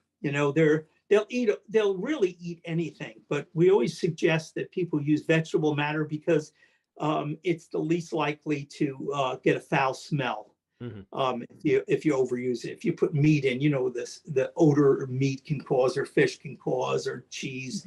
So the best thing is using vegetable matter. But the most common way to really start them is get yourself a nice plastic bin of some sort. You call them bins in over in the old country?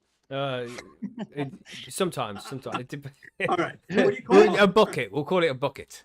Okay. All right. Get yourself A bucket. pail. Fetch a pail of water. That's what we'll do. There The you old go. English. There we go. So the one thing you have to understand about worms is they're livestock. They breathe, and they need moisture, and they need food. And so when you get whatever it is, whatever container, if it's a pail, if it's a Rubbermaid container with a top, you just want to do a few things. One is you want to put a few holes, put as many holes in the bottom as you can, in case moisture builds up and allows the moisture to drain, and have something under that to capture the moisture.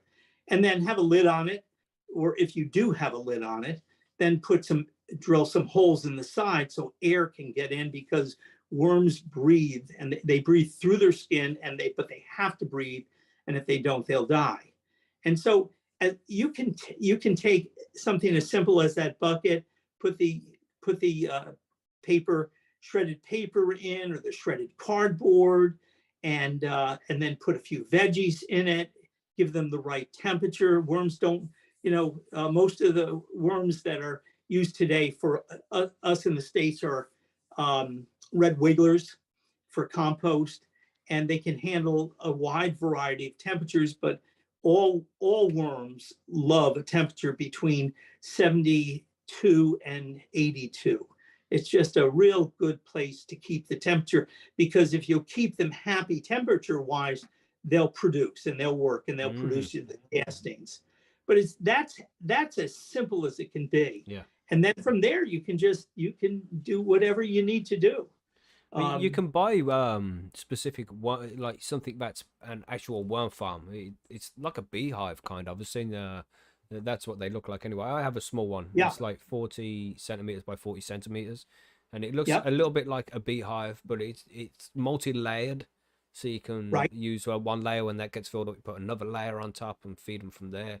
And you can get it for maybe £80, £100. You can look up online and buy these things, and it's worth it. It's not like it's going to go anywhere. You can keep it for years and years, so eventually it's cost effective. And what I did with that is I started off with some cardboard, like I said, some cardboard on the bottom, some shredded paper. I put some cocoa coir in there as well, because they liked that for their bedding apparently. And then, like you say, just start adding vegetables to the top of that, and they start eating it. And they eat quite a bit as well. Yeah, they do. Mhm. And it depends, you know, if you have a lot of worms, they're going to eat a lot. One of the things you have to watch is when you feed them small amounts. And I like to feed my worms every day. Yeah. And some people like to feed them once a week, but I don't. I like to feed them every day because I stay in touch with whether they're eating properly, or maybe something's wrong if they're not eating. But one of the big things is to feed them and then come back the next day and know that the food was eaten. Yeah, yeah. And that's the best way to learn how to do it. After a while, once you understand how much food they should have, it's a different story. But you don't want to overfeed them, because then they can the worm farm or the worm bin itself can go sour, and worms can die if they get overfed or overwatered. So you just want to watch it and go step by step. It's amazing how long they can live without food. And that's something for people to know. But it's amazing how fast they'll die if you overfeed them. Yeah. So it's just, you know, I'd rather have them not eat for a day or two than to be getting sick from too much food in their bin. Yeah, it's a lesson we learned the hard way as well. You know, feeding them too much. It's if the food's there after 3 days, just take it out, and you don't want to leave that dodgy stuff in there. Keep fresh food for them. They might eat anything, but you still want them to eat nice things. You know. Yeah. Yeah. So if you can't sorry, I was just curious if you can't could you leave them if you're going on vacation or something, and leave them and they be fine? Yeah. How long do you go on vacation? Like say a week. Someone's going on vacation for a week. If as long as they had moisture and air and warmth, right. They more than likely would survive for the whole week without food. But just like any other animal, they'll get so skinny and so slim. I've done it. I've gone away and left early on and left the worms. And when I came back, I could not believe what happened to my fat, plump worms. Well, same thing that would have happened to me if you left me in a closet for a week and I couldn't eat. I'd shrink right down too. Right. But yeah, they can on a diet. Yeah. And they can handle not eating for an amazing amount of time, especially because they're eating their bedding also. And that's something that people need to realize. They're not just eating the veggies. The veggies are giving them their nitrogen, but the cardboard is giving them their carbon. And worms need two things. Two of the high priorities in their life are nitrogen and carbon. So you go on vacation for a week, they don't get their nitrogen, but they can survive on the carbon for a good long time. How many worms would you start with to kick off a worm like a farm? Yeah. It depends on the size of the bin you're going to be using. But let's say the number of worms are determined by the surface, not the depth, but the surface of your bin, the square footage of your surface. So if you have a bin that's 2 foot by 2 foot, you got 4 square feet. And there's actually calculations that tell you how many worms would go in a 4 square foot bin. So a good place to start is go with about 200 per square foot. And if you do that, if you go with 200 square foot, it will produce for you something that you really need to watch and see. And that is they'll start to breed. And and then they'll start to have, you'll see cocoons, and then you'll see baby worms also. And so that's a really sound number, 200 worms per square foot. And you will have very, very exciting growing worm bin. What kind of worms would you be using as well? Do you use a whole collection like the European night crawlers, are they called, and tiger worms? Yeah, I have. When I started, I had red wigglers and European night crawlers, and at a certain point, I got, this was early on. I got a little, but they are the base of my stock today. but I got a little frustrated with the separation of the two, and I didn't see much difference. So I threw them all together in one big bin. Right. And so today I have night crawlers, European night crawlers, because they're all different kinds, and red wigglers. And a night crawler is so close to a red wiggler that they're really, really close. Some worms are so different. Take an African night crawler. I mean, it's another species of worm. But the European night crawler is almost like a red wiggler. So you can mix the two together. But I think red wiggler is the best place to start. And oftentimes when you buy them, wherever you buy them, you'll have a mixture of worms in there, and they'll oftentimes be European night crawlers in with them, and sometimes blues. They're called. It's a blue worm. Cool. And they're all very, very. They get along real well.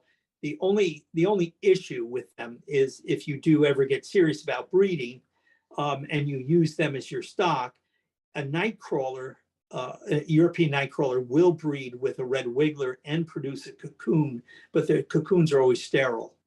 So if you can start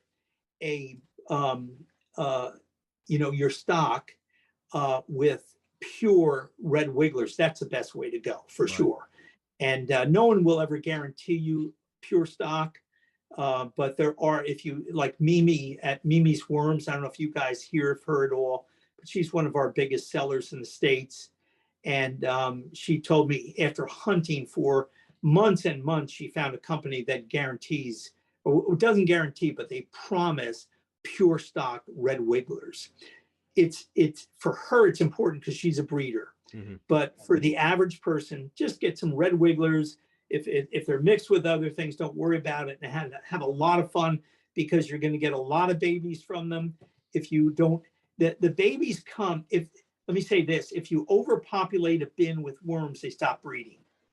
If you underpopulate a bin with worms, it's like worms will say, let's say you're underpopulated, and the worms look at each other and say, oh my God, we're going extinct. And so they start breeding heavily, and I mean it.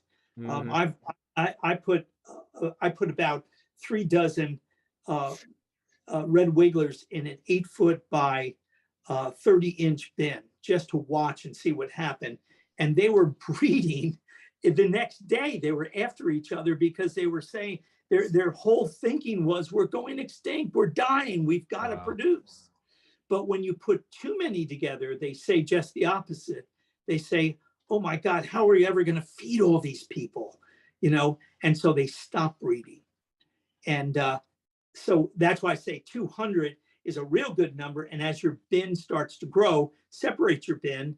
And again, let's say it grows and you have 600, well, separate it into 2 or 3 bins and you'll have breeding going on again. And that's the way to grow them. Just keep divide and conquer. And you have a great video on that as well on your YouTube channel, where you have all the different breeder bins. Yes. Yeah. I got so many things going on right now that I'm not sure what I'm doing sometimes.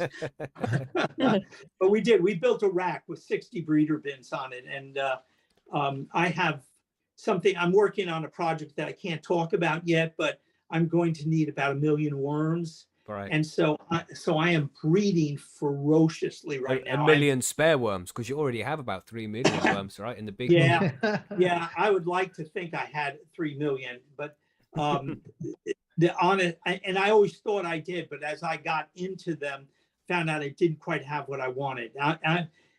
If I have 1 million worms and I use them properly, I am going to do something that is going to blow people's minds. And awesome. I like to do that.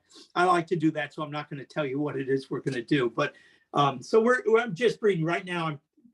I'm producing 6,000 cocoons every week. Wow. And each cocoon gives 2 to 3 babies.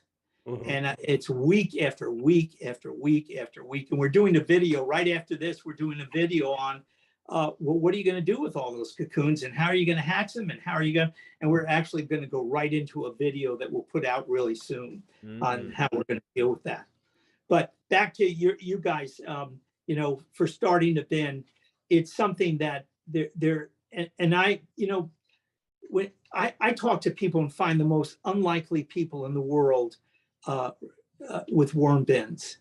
And I ask people, why do you have worms? Well, they're like, well, you know, it eats our compost, and it's you know, it's good. We'll save the planet this way. We'll stop all the major dumps around the country. But one thing I hear from them is, I just love my worms. I'm not sure of this. And this is, I mean, this is really, you know, you'd think I was doing psilocybin when I make this statement, but the reality is this, is that I just wonder, once you start handling worms and raising them, if something doesn't happen to us, because I am about the last person in the world, second to last person in the world that would have ever raised worms. And then the last person is my son, Luke. And now Luke's raising worms. He's got 2 major bins in his basement. And I'm looking at Luke, you know, a year ago, he was looking at me, now, Dad, don't overdo it. Don't get too involved in this. And then he got a worm bin, and he has a totally different attitude.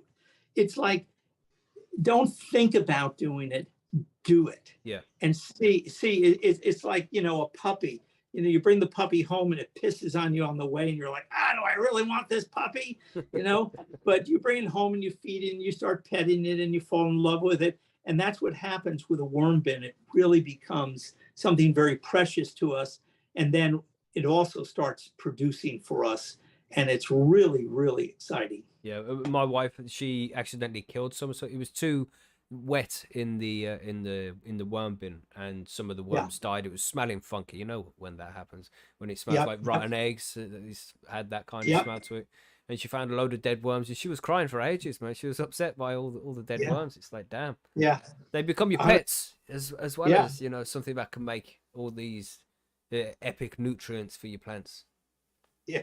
Yeah. Hey, she's not the only one that cried over a dead worm. There are probably thousands of people in the country that cry over dead worms. And that's so to let her know she's not alone. But a very important thing to understand is when a bin starts to get a little wet, too damp, you want to deal with it immediately. The best way is just take a bunch more dry cardboard or dry paper and mix it in until it starts to absorb it. People think you can't get your hands in there, but I go in with my hands and I disturb worm bins regularly if they're a little moist. I want to get something in there that's going to suck up the moisture and bring the general moisture level to an acceptable level. So when a bin gets a little wet, and everybody goes through this that starts out in with their worm farms or worm bins, and they get too wet, and they're oh, what do I do? You know, just add a whole bunch more paper. Yeah. And if it's still wet, add some more paper. You can't hurt them. You can, you know, if you're operating with 1/3 level in your bucket, you can bring it right up to the top if you have to, but dry that thing out. And the worms will be happy, and you won't see, it's an anaerobic state, they call it. And it's sour. It goes sour, and it gets extremely acidy, and the worms can't handle it, and it kills them. But the solution's that simple. Add a lot of dry stuff to it and bring the whole bin back to a really good moisture level. So where would you recommend people to get the worms from? You mentioned the website there where people in the USA can get the worms from. Yeah, right now, I'm recommending for everybody to learn to worm well, anybody that can, to learn to worm well enough so that we can have people in every town in the world that you can look at a neighbor and buy worms from. But right now we're not there. You know, my goal is I'll never sell worms online. It's just not going to happen because my goal is to do nothing but spread this thing locally. I want to be the local guy that everybody knows. They can come get worm castings, come get advice, come get whatever they need from me for their worm farms. Yeah. But until that time happens, we're going to have to use some of the bigger buyers. Mimi's Worms, it's MEMES. Mimi's worms. I was so impressed with her operation down in Valdosta, Georgia, that my wife and I were in Florida on vacation, and Valdosta was a 6-hour drive. And we took a day of our vacation and drove up to Valdosta just to meet Mimi and to see her operation. And I was just so impressed with her integrity, the love she has for worms. This is a woman that has, her goal right now is to have 9,000 worm bins in her warehouse. Wow. Yeah, and I mean, she's well on it. I mean, she's really after it. But at the same time, Mimi has a bin on her back porch at home. And when she gets stressed out, she goes in and puts her hands in with the worms, and she talks to the worms, and she says, inevitably, every time it calms me down. I'm just, and so she's as reputable as can be. If you're ordering in the States, Mimi's the place to go right now. Sweet. And in the UK, there's plenty of places as well. If you just search, and we hate to tell people to go to Google and search, but that's the best way you're going to be able to do it, because it depends on where you are locally. Some places will send them to you in the post, but it's going to be quick mail. It has to be done within 24 hours. And so, it's expensive for the postage, but usually there's somewhere where you can drive to within an hour of your house where you'll be able to find somebody who sells worms, and you can go and pick them up and take them home on the same day, and you'll get a sack full of worms, all different types. So try that out. Yeah. Just search for somewhere close to you and go pick it up on the day if you can, rather than have them posted. Yeah, and if anyone that's listening, if you get to a place where you just can't find a place that's going to get you worms, get in touch with us. And we're building right now. We're building a worldwide, and we're doing the States first, but we're building a worldwide directory of locations where worms can be had. Awesome. And so if you can't find them and you can't get them anywhere, just go to wormpeople.com and speak to, text us and let us know, and we'll do our best to help you. Awesome. And we'll find you some worms. So let's say you've got your worms, you've fed them the paper and your vegetables. After about 2-3 months, then you've got some vermicompost you can use. Would you say that was right? Oh yeah, for sure, right. For sure. It depends, the different sizes. Let's say you're starting with a very small bucket, and or medium-sized bucket, and after a while, yes, you can. It's just going to be a little hard to separate the poo from the cardboard and from the paper and from the worms.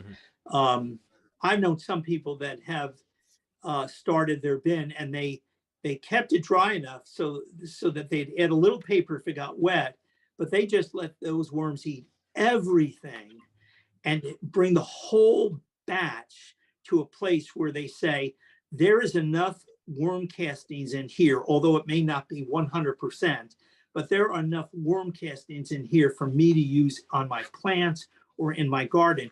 And what they've done is they retrieve the worms, start another bin, put the worms in the other bin, and then take everything, even the newspaper and the cardboard, because it still will decompose, and use it.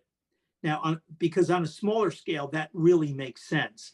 The larger scale, they have equipment where they can separate everything, and the things that are not decomposed and the worms haven't eaten goes back in. But I wouldn't worry at all. If you get to a place where you're like, hey, my plants really need some fertilizer, go ahead and pull your worms out and use the stuff, or make it tea. Tea's a great way. Mix it with water and put a little sugar or molasses in there to feed the microbes and get the microbes going. And if you have an aerator, put an aerator in, and you can water your houseplants with it. And you can water your garden with it if you'd like. Yeah, the leachate. Yeah. But it's a little different than the leachate. The leachate comes from the drip off of the bucket. But when you make a liquid tea from the worm castings, it's really not leachate.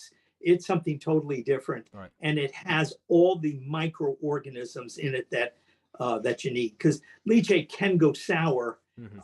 And sometimes people have used it thinking it's okay, and it actually had an adverse effect. Right. So I dump leachate. I just dump it, and I make tea, and then I know what I'm producing. Awesome.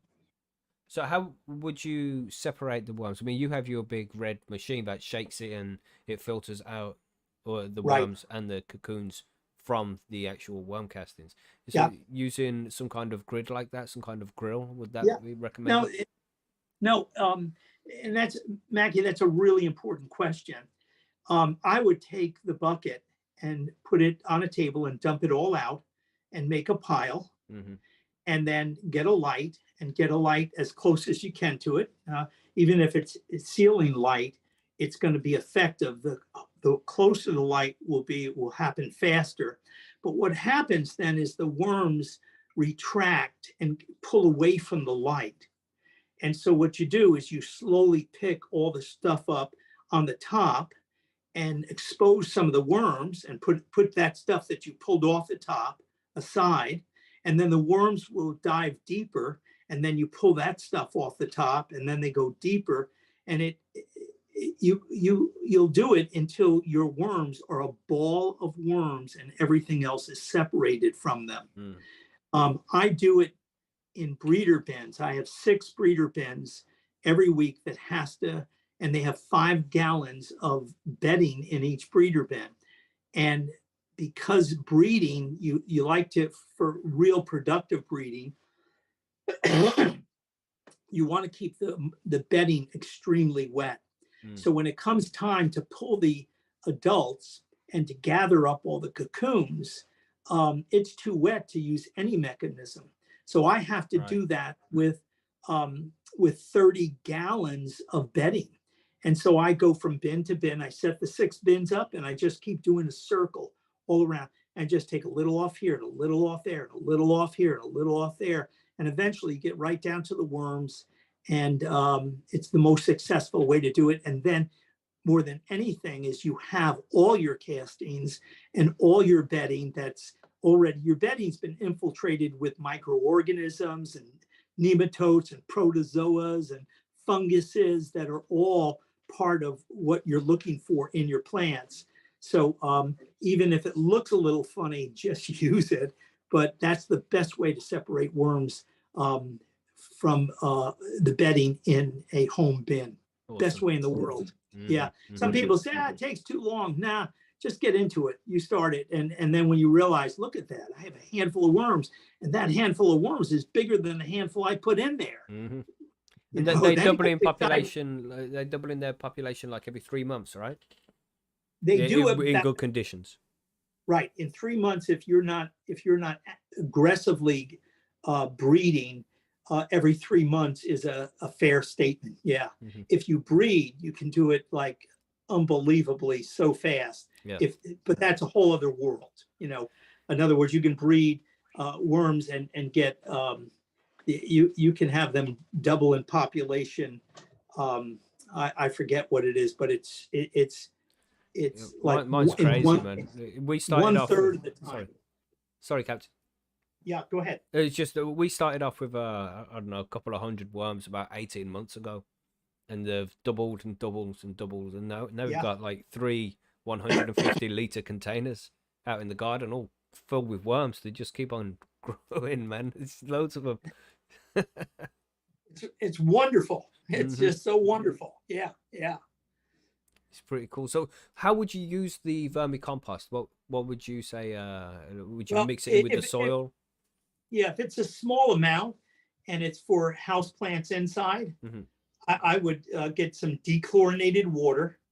We have a lot of chlorine in our water here in the States. So you want water, from a local well or something that just doesn't have chlorine. And, figure out how much water your plants are going to need, and mix everything that came out of that bin, mix it in water, put a little sugar, as I said, or molasses. It will help the microbes will go crazy and they'll start eating that. Mm-hmm. And they really eat it. As a matter of fact, they sometimes, if it's just a bucket of water and I'm using just worm castings, there's a foam on the top from their aggravate or from their agitation of eating all the sugar and all the molasses. Mm-hmm. And if you can, you get an aerator like in an aquarium. Yeah, sometimes Airstone. Yeah. Yeah, an Airstone works, really helps out a whole bunch. And put it aside for 24 hours and then strain it out and water your plants with it. And then I would reuse what you strained out and do it again, do it twice, because you're not going to get everything. There's going to be a lot of good stuff left behind.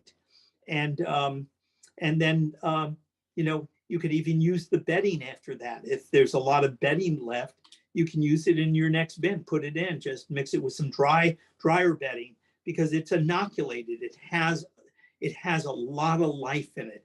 And you're putting in water and sharing a lot of the life with the water, but not all of it. Mm-hmm. So I think that's the simplest way. Yeah. If it's a garden outside, just spread it on top of the garden, mix into the soil and water it, get it down into the soil as best you can, because if it gets heavy sunlight, it will kill the microorganisms. So you just want to get it there. And, I'm one for always keeping my garden as moist as I possibly can, simply to keep the microorganisms alive. Yeah, that's the good shit. Yeah, that's epic. They're pretty much making compost tea, but with vermicompost. Correct, Yeah. correct. And you're doing it with, it's bedding tea, but it has a lot of worm castings in with it. I mean, does anybody on the panel here have any questions? Everybody's kind of quiet. Yeah. No, I don't worm farm, so I'm listening and learning, but I have no questions really. Everybody has to get a worm farm, man. I think it's just, even if you're not gonna use the vermicompost, it's just a nice hobby to have. Just some worms to go and visit and feed them scraps of food that would otherwise just get thrown in the composter anyway. And you all need to get started on your worm farms, everybody. And Captain Matt has an epic channel that will show you everything you need to know, man. You have to go and check out Captain Matt's channel as well, which you can see it there on the screen. Look, youtube.com/Captain Matt's Worms. Go there, subscribe, and you'll see all of his videos and all the breeding bins and all the techniques he uses with his own worm farm. And it is epic, man. I enjoy it. And honestly, it's like anything else. It takes a while to figure it out, to feel comfortable with your bin. Yeah. And if you're thinking, yeah, one day I really want to do this, don't wait for one day. Go ahead and start one. They only take 5 minutes a week even to manage this thing. But once you get it and see how simple it is and the benefits of it, that's what really gets us. It's really amazing. But we are working. We're going to put out a Learn to Worm a course in the very, very near future. We have let's see, we have 4 people working on it right now. I'm giving most of the content, and we've got a writer on it. We've got someone that does all our grammar. We're going to put out the most comprehensive course on how to start worm farming, and everything that you will need to know on it. I mean, it's going to be phenomenal. Our attitude is this: why produce something that's inferior when someone can put something out better than you did and have all your work, down the tubes because someone did you better? And so we are going to produce a world-class course. We may have almost 100 videos in the course. We're not sure, but that number, don't hold us to it. But it's going to be a written course, and then everything we write, we're going to show you in a video. And then we're going to write a paragraph, and then we're going to do a video, so that some people can learn audibly. Some people can't learn audibly. They have to learn by seeing. And so we're going to cover both bases there. And it's going to be awesome. It's going to sell for peanuts, and we're selling it in 2 ways. We're going to sell it, the course. If you'd just like to buy the course, it's yours. But if you'd like to buy the course and have a mentor come with the course and buy it and enter a group, you can do the course during the week, and once a week you'll get together with the mentor, an experienced worm person, and be able to go over any questions that you have that week. I mean, the course is gonna turn the worm world upside down. It sounds amazing, man. Well, when it's done and when it's all up and running, we'd love to get you back on the show so you come and tell us about all of the course and everything that's going on with it. Yeah, once we get it going, we'll get with you for sure, because That would be awesome. we want the world to hear about it, because it is going to be no one's going to be able to do anything better. Seriously, because we have built this so carefully and so slowly, that and when we put it together, it's going to be something that I don't think anyone would try to outdo us, because unless they want to do it for another planet or something, but they're just not going to be able to outdo us. And I don't say that pridefully. I say it so because we really want people to have a really firm grasp of what they're doing. I don't want to put out a course that someone gets real excited about for 2 weeks, and then it fades out, and it's they're not interested anymore. We're going to make it so exciting that you're going to wish you were a worm. That's great. Sounds awesome, Captain. We should let you go. We've kept you for nearly an hour now, and you've given us loads of insight. And I hope people are inspired here. If you don't have a worm farm already, I hope you're inspired to get out there and make one. Start looking after your worms, man. I'm gonna go buy and some if you don't from have a Bunnings. garden, Sorry, Captain. right? And if you don't have a garden, grow a real small garden. Grow something this year, because we don't know what the future holds. And you need to get your fingers in the soil. If you just grow 2 or 3 tomato plants this year, do it successfully, and learn what it takes to do 2 or 3 tomato plants, and use some worm castings on it, because the day may come where we don't have everything that we have today. And what brought people in generations gone by, what brought people through catastrophes and crises in the past, is everyone had a garden in the backyard. And we need to get back to that, because I don't know what tomorrow holds, and nobody does. I'm hoping for the best. I'm hoping we can all stay high continuously and go forward. But I don't know if that's gonna be the case. It may be a life-saving event, having just grown 3 tomato plants this year. Okay, guys. Hey, Epic. it's wonderful talking with you. Always great to talk to you, Captain. Yeah, that was great. Thank you. Yeah, So much awesome. knowledge and passion for this stuff. You've definitely inspired some people to go and get started for sure. And of course, Wonderful. If people head to Wonderful. your channel, youtube.com/Captain Matt Worms, go see Captain's videos and subscribe, everybody. Show some support to the Captain. Yeah, and our newsletter's out now, and it's very, very active. Awesome. Where do people find that? Wormpeople.com. Okay.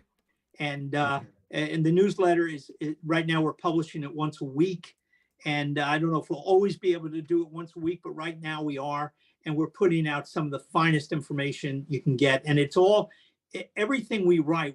One of our thoughts is if a child can't understand what we're writing, then we need to go back to the drawing board and rewrite it so that a child can understand what we're writing. Awesome. Gotcha. That is one of the things that is our flag. Keep it simple so that everyone can do it. That's how we roll as well. We like to keep it simple as possible. Don't overcomplicate anything if you don't have to. Right. Epic. All right, guys. Thank you so much. No, It's thank always you, a joy to Captain. speak Thank with you. Thank you very much. And, Thank you so yeah, much. Really appreciate your time. God man. bless you. And we'll talk to you guys real soon. Excellent. Yes, sir. Thank you, Captain. Goodbye. Everybody See you, wave. Captain. Okay. Everybody All right, wave. wave goodbye. Bye. Bye, Captain. Okay. Matt. Marge, good meeting you this time. Yeah, you Monk too. And Mackie and Bubble. Good talking to you all. Yes, thank you, All right, Captain. It's been a Thanks pleasure, so much, sir. man. Thank you very much. All right. Thanks, Take mate. care. Bye-bye. Nice. Well, if you don't know everything about worm farms by now, then you weren't listening. Mhm. Right. He's such a cool guy as well. You know, he's so happy. He's got loads of passion, loads of energy for it. How cool is Captain Matt? You know what I'm Yeah, saying? every time we get him on, same Mhm. thing. He's just so happy. It's like, if only I could be that happy every day about worms. Like, Get some worms, man. Maybe that's what makes the difference. maybe I might have to. No, you Might should see a definitely do shift it, in mate. the You should attitude definitely- in 2023. You've got a garden, right? Yeah. So Well, you- what I'm thinking, I've got property, mate. I live on property, so I've got a Mhm. few different things that I do. But and I've got a big compost pit that I do, but I've just never really gotten into doing the worms, and it's something that probably should. Yeah, man. Do it, But, mate. Do it. Well, I've got to go to Bunnings today. That's what I was saying. So Bunnings is like a big hardware store, and I know they've got worms because I walked past them the other day when I was getting cocoa. So Oh, cool. They got worms in there. Yeah, get some fucking worms, bro. yeah, so I was thinking I might go and grab a box and do one up. I might throw a thread up as well on Nice. Percy's when I do that. That'd be cool. What are you Good saying, idea. Marge? You're gonna go for the worms? You know what? I'm kind of interested just because my grandfather always had a worm farm going. And yeah, I mean, I always have vegetable scraps and stuff to feed it. So why not? Mm-hmm. That's it. It's really easy to do. Cheap fertilizer. What are you saying, Monkey? You gonna get on it? I've been looking at it for a while, but it's logistics as a situation, and I've got to decide to pivot one thing to go to the worm farm. You can't have it all, man. Yeah. You gotta decide what you're gonna do. But I'm not saying no. I'm just saying we're looking at it. Mm-hmm. That's it. Jim has a worm farm for sure, chill, but that's why nobody ever sees him. He's always in his worm farm. How many worms do you need to compost the body? Asking for a friend.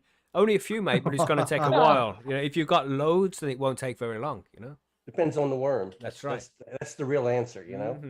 If the worm's the size of Dune, no problem. Well, done. tremors, Yeah. them worms. Really? Yeah. Yeah, but gone Yeah, pretty yeah. quick, bro. And Billy Bonds definitely has worms. Definitely. Yeah. He bites his nails. Don't ask about Billy Bonds' worms. Yeah, so great grow guides there. Let's move to the outro. Let's do that.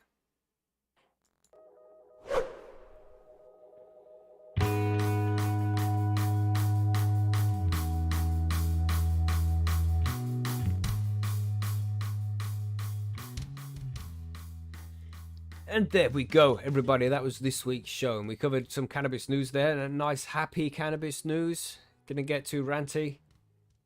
Yeah, I know.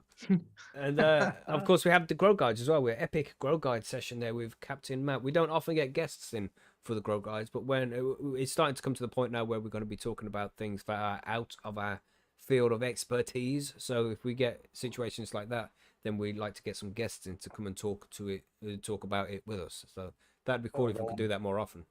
It only makes sense, when we don't have an answer, let's find someone who does. Mhm. Let's do that. That's I right. So- agree. And of course, go and check Captain Matt's YouTube channel out, man. You'll see loads of cool videos out there which he's put together. And it will teach you how to go from just having a few worms to having a huge worm farm like his with millions of worms and loads of breeder bins. It's very cool, man. It's a great hobby. And you can use the worm castings to feed your plants. And that will make them very fucking happy because the plants do actually love this worm casting stuff. It's known as black gold, man, for a reason. The plants do love it. So get started. Even if you don't grow organically, you can still make some compost tea and feed that to your plants, and they will still love it. Anything else to add here? Of course, we're on Rumble. Don't forget, everybody, head over to Rumble and subscribe to our new Rumble channel because there's going to be videos going up over there as well very soon. If you want to join our Discord server, if you're not already on the Discord server, then if you scroll down in the description of this video, then there is the link for the Discord server. All you have to do is click it and you'll be over there. So come and join us on Discord. Of course, there's Percy'sGrowroom.com, but I'm sure you are all member of Percy's already, but if not, get over there. There's going to be some cool competitions coming up very soon, so keep your eyes open for those. And there is already some cool competitions up and running over on Percy, so check those out as well. Is there anything else to add, anybody? I think we're good, right? I think we've covered it all. I think Yeah. everything has been covered. So I hope you enjoyed this episode. Don't forget to hit that like button. subscribe if you haven't done that already, and maybe share the episode with a friend this week. It would be good if we could get more people joining us on Sundays. But of course, no pressure. We just always appreciate you guys being here to share your Sunday or Monday morning with us. We do appreciate you all being here. So thank you, every single one of the listeners out there that takes their time out to come and join us live. I hope you enjoyed the episode. But for now, that's it for this week. Keep an eye out for more videos being popping up throughout the week. And we'll see you on Tuesday for the interview with Gino Kenny if you're a VIP.